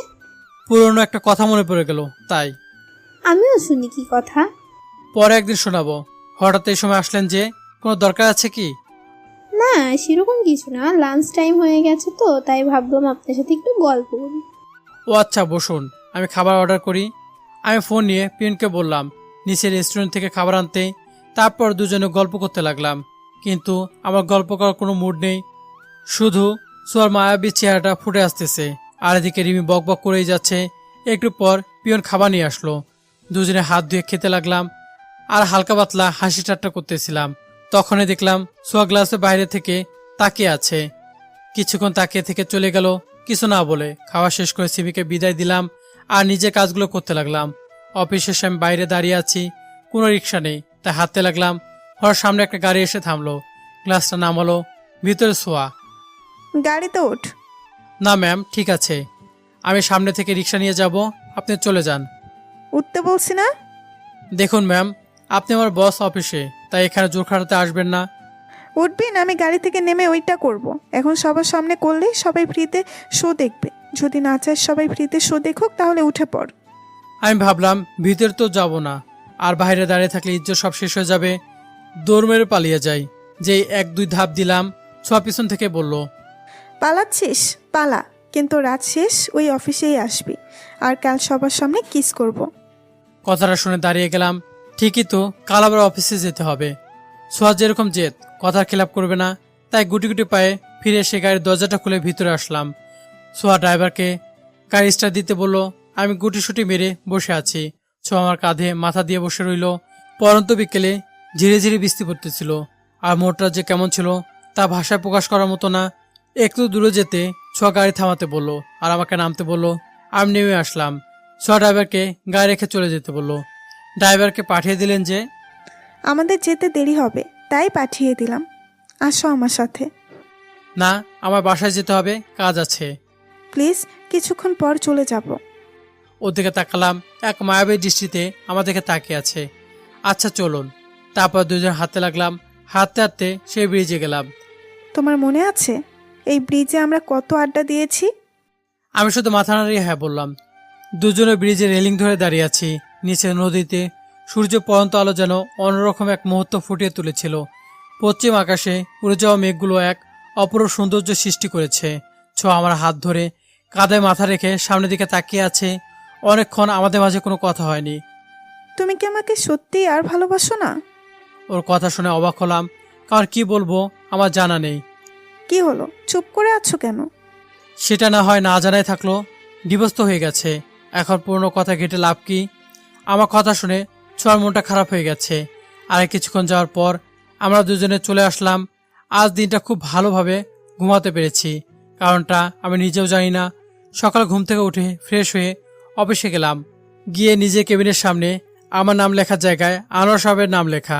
তাহলে কি সোয়া আমাকে চাকরি থেকে বের করে দিল? হঠাৎ পিছন থেকে পিয়ন এসে বলল, ম্যাডাম আপনাকে ডাকতেছি। আমি সোয়ার রুমে গিয়ে দরজা নক করলাম। সোয়ার কেবিনে ঢুকতে মাথা ঠাডা পড়লো, কারণ সেখানে 2টা ডেস্ক ছিল। May I come in ma'am? Yes, come in. Ma'am, আমার কেবিন কি চেঞ্জ করা হয়েছে? হ্যাঁ, আজ থেকে আপনি এখানে বসে কাজ করবেন। কিন্তু ম্যাম, এখানে কেন? অফিসার কেবিন নেই তাই। কিন্তু ম্যাম, অফিসে তো অনেকগুলো কেবিন ফাঁকা আছে। আপনাকে যেটা বলা হয়েছে সেটা করুন। কি আর করার, চাকরিতে তো ছাড়তে পারবো না, কারণ এখন আরেকটা ভালো মাইনের চাকরি পাওয়া মুশকিল নয়, একদম অসম্ভব ব্যাপার। আমি সাইডের ডেস্কটায় বসে কাজ করতে লাগলাম, কিন্তু সোয়া কাজ বাদ দিয়ে চেয়ারটা আমার দিকে ঘুরিয়ে আমাকে দেখছে, যেটা খুব অস্বস্তিকর যে কোনো মানুষের জন্য। কারণ কেউ যদি আপনার দিকে তাকিয়ে থাকে তাহলে আপনি সেটা বুঝতে পারবেন। আপনি না চাইলেও তার দিকে আপনার নজর যাবে। আমি বারবার সোয়ার দিকে আর চোখে তাকাচ্ছি, কিন্তু আমার দিকে এক দৃষ্টিতে তাকিয়ে আছে। আমি আর থাকতে না পেরে ওর দিকে চেয়ারটা ঘুরে নিলাম। ম্যাম, আপনার দেখা হলে আমি একটু কাজ করি। মানা কে করেছে? করো। আপনি এভাবে তাকিয়ে থাকলে আমি কিভাবে কাজ করব? সেটা আমি কেমন করে জানবো? এর সাথে কথা বাড়িয়ে লাভ নেই, লুচ্চো মাইয়া কোথাকার। আমি নিজের কাজে মন দিলাম। দেখতে দেখতে লাঞ্চ টাইম হয়ে গেল। ছোঁয়া বাইরে কোথায় যেন চলে গেল। সবাই লাঞ্চ করছে, কিন্তু আমি ছাড়া, কারণ একটা আর্জেন্ট ফাইল জমা দিতে হবে। কিন্তু পেটে তো ইঁদুর দৌড়াচ্ছে, কিছু করার নেই। সাইডে রাখা এক গ্লাস পানি পুরোটা খেয়ে কাজ করতে লাগলাম। হঠাৎ করে ছোঁয়া রুমে আসলো, এসে একটা প্যাকেট থেকে কি যেন বের করলো। আমি নিজে মনে কাজ করে যাচ্ছি, কিন্তু পেটে খিদে আর কাজটা তাড়াতাড়ি দিতে হবে। একটু বার ছোঁয়া আমার সামনে আসলো, একটা চেয়ার নিয়ে আমার পাশে বসলো। তারপর আমার চেয়ারটা ঘুরিয়ে আমাকে ওর দিকে করে নিল। ম্যাম, আপনি কি দেখতে পাচ্ছেন না আমি কাজ করতেছি? কাজ পরে করবা, আগে খেয়ে নাও। আমি জানি তুমি সকাল থেকে কিছুই খাওনি। তারপর ছোঁয়া আমার মুখের সামনে খাবার ধরলো আর মায়াবের দৃষ্টিতে আমার দিকে তাকিয়ে আছে। দেখুন ম্যাম, আমার এখন খাওয়ার সময় নেই, কাজটা শেষ করে আমি বাইরে গিয়ে খেয়ে নিব। এটা খাবি না মিষ্টি খাওয়াবো? মানে? দাঁড়াও। ছোঁয়া ওর চেয়ারটা আমার চেয়ারের কাছে নিয়ে আসলো। আমি আবার ওকে দূরে ঠেলে দিলাম। ম্যাম প্লিজ, কাজটা করতে দিন। আপনি তো জানেন কাজটা কতটা ইম্পর্টেন্ট। আমি কি তোমাকে মানা করছি কাজ করতে? তুমি কাজ করো। কাজ করলে খাবো কেমন করে? আমি তোমাকে খাইয়ে দিচ্ছি। না ম্যাম, এটা সম্ভব নয়। আপনি আমার বস, আশা করি আপনি এই সম্পর্কটার মর্যাদা রাখবেন। আমি নিজের কাজ মন দিয়ে করতে লাগলাম। ছোঁয়া নিজের রিক্সে গিয়ে ফাইল দেখতেছিল। 1 ঘন্টা পর কাজ শেষ করে ছোঁয়ার কাছে ফাইলটা দিলাম। কাজ শেষ হয়েছে, এবার খাবারটা খেয়ে নাও। আমি আর মানা করলাম না, কারণ যে পরিমাণ খিদে লেগেছিল তা বলার মতো না। আমি গিয়ে সোফায় বসে পড়লাম। আমার প্লেটটা নিতে যাব, তখনই দেখলাম পাশে আর একটা প্লেট ঢাকা দেওয়া। তার মানে ছোঁয়া এখনো খায়নি, হয়তো আমার জন্য অপেক্ষা করছে। মুখের দিকে তাকিয়ে দেখলাম একদম শুকিয়ে গেছে, হয়তো সকাল থেকে কিছু খায়নি। ম্যাম, আপনি খাবেন না? না, তুমি খেয়ে নাও, আমি পরে খাবো। আমি কি বলবো বুঝতে পারছি না, কেন জানি ওর মায়ে ধীরে ধীরে ডুবে যাচ্ছি, হারিয়ে যাচ্ছি ওর ওই মিষ্টি চাহনিতে। আমি খেলাম না, প্লেটটা নিয়ে ওরকম বসে রইলাম। ছোঁয়া ফাইল চেক করতে ব্যস্ত।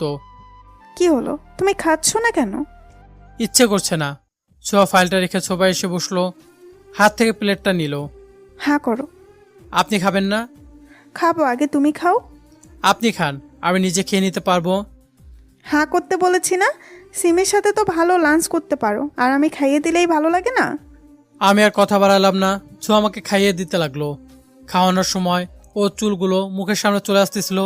ইচ্ছে করছিল নিজের হাতে চুলগুলো গুছিয়ে দেই, কিন্তু নিজেকে আটকে রাখলাম। আমাকে খাওয়ানোর পর ছোঁয়া নিজে খেয়ে নিল। বিকেল অফিস থেকে বেরিয়ে সিবির সাথে দেখা। সারাদিন কাজে ব্যস্ততায় ওর সাথে দেখা হয়নি। কেমন আছো? ভালো, তুমি? ভালো। চলো কফি খেয়ে আসি। চলো। যখনই সামনে যাব তখন দেখি ছোঁয়া রাগ লুক নিয়ে আমার দিকে তাকিয়ে আছে, কিছু বললো না, গাড়িতে করে চলে গেল। আমি আর সিমি গল্প করতে করতে কফি শপে গেলাম। কফি খেয়ে বাসা চলে আসলাম। রোজগার মতো রান্না করে খেয়ে ছাদে গিয়ে একা সিগারেট ধরালাম। ছোঁয়ার কথা মনে পড়তে লাগলো। আগের মতোই আছে, একটুও পাগলামি কমেনি। আমি যত নিজের মনকে বুঝিয়েছি যে আমি ওকে ভালোবাসি না, মনটা ততই ওর দিকে চলে গিয়েছে। আমি যে ছোঁয়াকে কতটা ভালোবাসি তা আমি প্রকাশ করতে পারবো না, তাই তো ওর খুশির জন্য ডিভোর্স পেপারে সাইন করে দিয়েছিলাম। কিন্তু আমি কি ওর ভালোবাসাকে মেনে নিব? কিছুদিন অপেক্ষা করে দেখি না কি হয়, তারপর না হয় ওকে আপন করে নিব। আমাকে কষ্ট দেওয়ার ফল ওকে তো ভোগ করতেই হবে। তারপরের দিন অফিসে গিয়ে দেখি সিমি দাঁড়িয়ে আছে। আমাকে দেখে আমার কাছে আসলো। কেমন আছো? ভালো, তুমি? ভালো। তখন ছোঁয়া এসে দাঁড়ালো। এই যে মিস সিমি, এখানে আপনাকে কি আমরা গল্প করার জন্য বেতন দেই? আপনি সারাদিন গল্প করে সময় কাটিয়ে দেন, একটা কর্মের নয় আপনি। যান নিজের কাজ করুন। সিমি মুখ কালো করে চলে গেল। ছোঁয়ার কাণ্ড দেখে খুব হাসি পাচ্ছিল। ও রাগে চেহারা দেখলে যে কেউ ক্রাশ খাবে। এই যে তুমি কেবিনে যাও, আমি আসছি।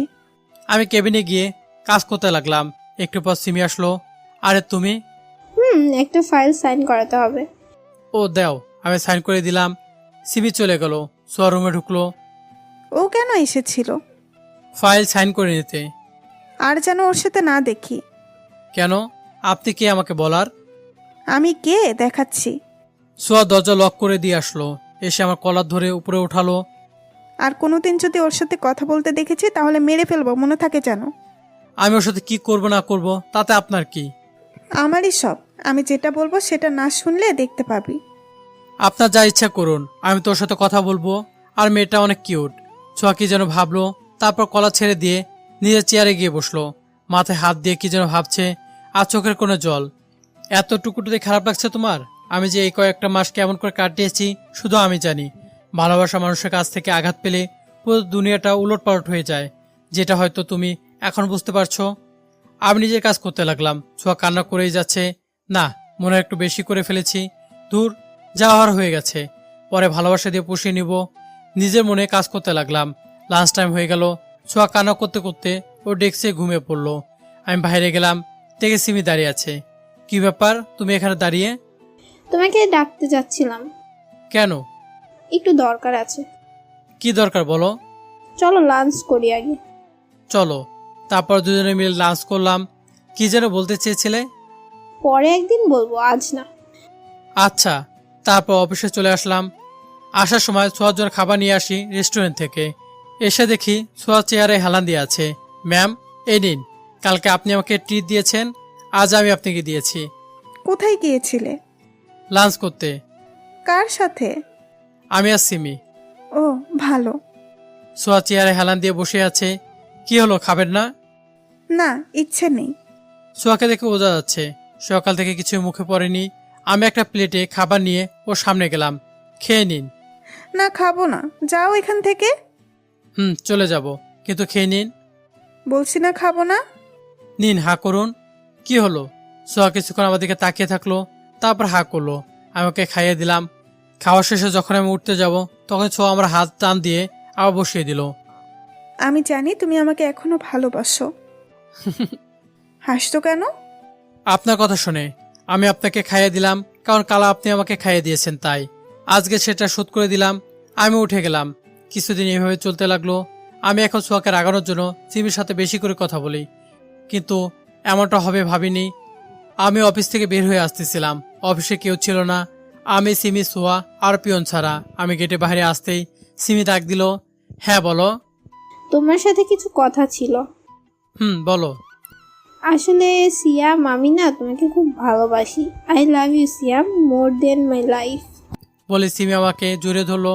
আমি ওকে ছাড়িয়ে নিলাম, কিন্তু পিছনে তাকে দেখি ছোঁয়া দাঁড়িয়ে আছে।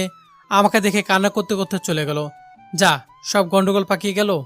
বাসায় চলে আসলাম। সিমিকে সব বুঝিয়ে দিয়েছি। ও মানতে চাইছিল না, কিন্তু আমার কিছু করার নেই। পরের দিন অফিসে গিয়ে দেখি আমার ডেস্ক আবার চেঞ্জ। এইবার আগের রুমটাই দেওয়া হয়েছে। আমি ছোঁয়া রুমে গেলাম। গিয়ে দরজা দিয়ে উকি মারতেই দেখি ও কান্না করতেছে। আসবো? কথাটা শুনে উপরের দিকে তাকালো, তারপর নিজের চোখ মুছে নিল। আসুন। আসলে কালকে যে ব্যাপারটা ঘটেছে আমাকে আর বলতে দিল না। থাক, আর বলতে হবে না। আমি বুঝে গেছি আমারই ভুল ছিল। তোমাকে আবার ফিরে পেতে চেয়েছিলাম, নিজের ভুলগুলোকে ভালোবাসা দিয়ে শোধ করে দিতে চেয়েছিলাম, কিন্তু সেটা হয়তো হলো না। তুমি সিমিকে ভালোবাসো, ওকে নিয়ে সুখী থেকো, এটাই আশা করি। আমার পুরো কথাটা শোনো আগে। আমাকে ভুল বুঝতেছো তুমি। এখানে আর বোঝার মতো কিছু নেই। কিন্তু আপনি এখন যেতে পারেন, আমার অনেক কাজ আছে। আগে আমার কথাটা তো শোনো। আমি আপনাকে যেতে বলেছি। আমি আর কিছু বললাম না, সেখান থেকে বেরিয়ে আসলাম। অফিস টাইম শেষে আমি 6 জন বাইরে দাঁড়িয়ে আছি। একটু পর সোয়া আসলো, আমিও সামনে গিয়ে দাঁড়ালাম। সোয়া, আমার কথাটা তো শোনো। পথ ছাড়ুন আমার, আর আমি আপনার বস, কথাটা যেন মনে থাকে আপনার। সোয়া যেতে লাগলো, তখন আমি ওর হাতটা টেনে ধরলাম। তখনই ঠাস করে আমাকে একটা থাপ্পড় মেরে দিল। আমি সোয়ার এমন ব্যবহার দেখে বেশ অবাক হলাম, কিন্তু ঠোঁটের কোণে একটা ছোট্ট হাসি ফুটে উঠল।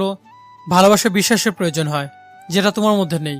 তুমি আমাকে বিশ্বাসই করো না, তাহলে ভালোবাসবে কি করে? যদি ভালোবাসতে তাহলে বিশ্বাস করতে। আর তোমাকে ভালোবাসার কথা বলে লজ্জা দিব না। ধন্যবাদ তোমাকে এই ব্যবহারটা উপহার দেওয়ার জন্য। আর এই ভালোবাসা ভনিতা না করলেও পারতেন। কথাগুলো বলে সেখান থেকে চলে আসলাম। চলে যাব হয়তো এই চেনা শহর ছেড়ে। এই শহর শুধু আমাকে কষ্ট দিয়েছে, ভালোবাসা না। চলে যাব হয়তো এই শহর ছেড়ে, আর হয়তো আশা হবে না। ছোঁয়ার কথাগুলো অনেক মনে পড়বে, কিন্তু কিছু করার নেই আমার। ভালোবাসার মর্যাদা যে দিতে পারে না, যার কারণে আজ আমার ভালোবাসার নৌকা মাঝ নদীতে ডুবে যাচ্ছে। শুধু এটাই চাইবো, ছোঁয়া যেন ভালো থাকে। আমার থেকে 1000 গুণ ভালো ছেলে পাবে ও। কথাগুলো ভাবতে ভাবতে চোখ দিয়ে অঝরে বৃষ্টি পড়তে লাগলো। সারারাত না ঘুমিয়ে ছোঁয়ার সাথে কয়েকটা দিনের কথাগুলো ভাবছিলাম। ওর পাগলামো, নিজের হাতে খাইয়ে দেওয়া, ও শাসনগুলো খুব মিস করব। ও হয়তো এগুলো ভুলে যাবে, কিন্তু আমি ভুলতে পারবো না। মরা আগের মুহূর্ত পর্যন্ত আমি ছোঁয়াকে ভালোবেসে যাব, আর ওর কথাগুলো স্মরণ করে যাব। হাজারো কথা মনে বাসা বেঁধেছিল, কিন্তু সেগুলো যাকে বলতে চেয়েছিলাম আর সেই দূরে। এইসব কথা আর কোনো মানে হয় না। আজ তার আর আমার পথ দুটো দুই ভাগে এসে থেমেছে। আজ থেকে তার আর আমার পথ হয়তো আলাদা হয়ে যাবে চিরতরে। সারা রাত ছাদে কাটিয়ে দিলাম। পরের দিন শরীরে হালকা জ্বর আসলো, তাই অফিসে গেলাম না। 2 দিন পর অফিসে গেলাম। কেবিনে গিয়ে রেজিগনেশন লেটারটা টাইপ করলাম। টাইপ করে সোয়া রুমের সামনে এসে দাঁড়ালাম। তারপর দরজা নক করলাম। ভিতর থেকে কোনো শব্দ আসছিল না, তার দরজাটা খুলে ভিতরে গেলাম। সোয়া আনমনা হয়ে কি যেন ভাবছে। চোখের নিচে কালো দাগ পড়ে গেছে, চেহারা একদম শুকিয়ে গেছে, চোখ দিয়ে পানি বেয়ে পড়ছে। আমি ওকে ডাক দিলাম, ম্যাম। আমার কথা শুনে ওর ধ্যান ভাঙলো, সাথে সাথে নিজের চোখগুলো মুছে নিল। কি ব্যাপার, আপনি এই সময়ে আর এতদিন পর অফিসে আসছেন, সমস্যাটা কি? আমি কিছু না বলে শুধু লেটারটা ওর হাতে দিয়ে দিলাম। কি এটা? আমার রেজিগনেশন লেটার। কথাটা বলার পর আমার দিকে কাঁদো কাঁদো চেহারায় তাকালো। ওর মায়াবী চোখ দুটো কিছু বলতে চাইছে, কিন্তু ও মুখ ফুটে তা বলতে পারছে না। ম্যাম, আমি কিছুদিন পর এই শহর ছেড়ে চলে যাব, আর ফিরে আসবো না হয়তো। তাই চাকরি করাটা সম্ভব হবে না। ভালো থাকবেন বলে চলে আসলাম। আজ খুব কষ্ট হচ্ছে। এক সময় ওর কথা ওর থেকে দূরে চলে গিয়েছিলাম, আজ হয়তো আমার ভালোর জন্য যাচ্ছি, আর ওর সাথে ডিভোর্স হয়ে গেছে আমার। তাহলে আমি কেন এত ভাবছি, এত কেন কষ্ট পাচ্ছি? সে আর তো আমার নেই, তাহলে এত কেন ভাবছি? তাকে ঘিরে আর ভাববো না। কিন্তু এই নিষ্ঠুর মনটা কেন জানি কথা শোনে না, বারবার আমার সাথে বেমানি করে। 5 দিন লাগলো সবকিছু গুছিয়ে নিতে। সব কাজ সেরে নিলাম, কারণ এই শহরে আর কোনোদিন আসা হবে না হয়তো। কিন্তু ছোঁয়াকে আমি দূর থেকে ভালোবেসে যাব। হয়তো এখানে সে আমার হলো না, কিন্তু পরপরে হয়তো তুমি আমার হবে। রাত 11টা বাজে, বাসা থেকে বের হতে যাব, তখন একটা ফোন আসলো। হ্যালো, কে বলছেন? আমি ছোঁয়ার বাবা বলছি। হ্যাঁ আঙ্কেল, বলেন। আমি জানি তোমাদের মধ্যে কি হয়েছে, কিন্তু মেয়েটা তোমাকে অনেক ভালোবাসে। আর 7 দিন ধরে কিছু খায় না। 5 দিন আগে দরজা বন্ধ করে দিয়েছে, 1000 টাকার পরও দরজা খোলে না। জানো, যখন তুমি ফিরে আসো সেদিন রাতেও আমাকে জড়িয়ে ধরে অনেক কেঁদেছিল, কারণ ও তোমাকে ফিরে পেয়েছিল। প্লিজ সিয়াম, আমার মেয়েটাকে দূরে ঠেলে দিও না। ওর থেকে দূরে চলে গেলেও হয়তো আর বাঁচবেই না। আমার উপর দয়া করো, আমার মেয়েটাকে আপন করে নাও। কথাগুলো বলে আঙ্কেল কেঁদে দিলেন। আমি এখনই আসছি, আপনি টেনশন নেবেন না। তাড়াতাড়ি করে ছোঁয়াদের বাসায় গেলাম। আঙ্কেল বসে কাঁদছেন, আমাকে দেখে উঠে আসলেন। আপনি টেনশন নিয়েন না আঙ্কেল, আমি দেখছি। ছোঁয়া রুমের কাছে গিয়ে ডাক দিলাম, কিন্তু কোনো সারা শব্দ নেই। তাই দরজাটা ভেঙে ফেললাম। ভিতরে ঢুকে দেখি ছোঁয়া ঘরে এক কোণে বসে কাঁদছে। আমি গিয়ে ওর পাশে বসলাম। ওর মুখ থেকে কোনো কথা নেই, চুপচাপ কেঁদে যাচ্ছে। আমি একটা কাশি দিলাম। কি হলো, কথা বলবে না? তাহলে আমি চলে যাই। বলে যখন উঠতে যাব, তখন হাঁটাতে টান দিল, আর ঠাস ঠাস করে 2টা থাপ্পড় মেরে দিল। ভাবলাম একটা কিস পাবো, কিন্তু শেষ পর্যন্ত একটা থাপ্পড় পেলাম আমার কপালে। আর কোনোদিন যদি ছেড়ে যাওয়ার কথা বলেছিস তাহলে মেরে ফেলবো। বলে জড়িয়ে ধরে কাঁদতে লাগলো। কিছুক্ষণ পর, এতদিন ধরে খাওয়া করেনি কেন? চলো খাবে। না, পরে খাবো, এখন এভাবেই থাকবো। না খেলে তো তোমার শরীর খারাপ করবে, আর আমি চাই না আমার বউকে খারাপ দেখাক। আগে কিস খাবো। কি? তখন ও ঠোঁট দুটো আমার ঠোঁটের সাথে লাগিয়ে দিল, কিছুক্ষণ পরে ছেড়ে দিল। দুজনে হাঁপাতে লাগলাম। এখন চলো, খাওয়া করবে। কোলে করে নিয়ে চলো। এই আটার বস্তা কোলে নিলে তো মরেই যাব। কি বললি? সরি। আমি ওকে কোলে তুলে নিয়ে নামতে লাগলাম। নামতে নামতে ও তাকিয়ে আছে আমার দিকে আর বারবার একটা করে গালে কিস দিচ্ছে। আমি ওর কাণ্ড দেখে মুসকে মুসকে হাসতে লাগলাম। ওকে খাইয়ে দিলাম। তারপর ওকে কোলে নিয়ে আবার ছাদে আসলাম। দুজনে দোলনায় বসে আছি। আমি ছোঁয়ার কোলে শুয়ে আছি। ছোঁয়া আমার মাথায় হাত বুলিয়ে দিচ্ছে আর মাঝে মাঝে একটা করে পাপ্পি দিচ্ছে। হঠাৎ করে ডিভোর্স পেপারটার কথা মনে পড়ে গেল। আমি উঠে বসলাম। ছোঁয়া আমার কাঁধে মাথা রাখলো। ডিভোর্স পেপারটা পুড়িয়ে ফেলেছি। এরপর দুজনে কিছুক্ষণ চুপ থাকলাম। হঠাৎ করে ছোঁয়া বলল, আমাকে আর ছেড়ে যাবে না তো? জীবনের শেষ মুহূর্ত পর্যন্ত তোমার হাত ধরে পাশে থাকবো। আমাকে মাফ করে দাও। কেন? তোমাকে এত কষ্ট দেওয়ার জন্য। মাপ চাইতে হবে না, ভালোবাসা দিয়ে পুষে নিব আমি। জড়িয়ে ধরলাম ছোঁয়াকে। দুজনে 4 দিন রাতটা উপভোগ করতে লাগলাম। পরিপূর্ণ হলো আমাদের ভালোবাসার গল্পটা।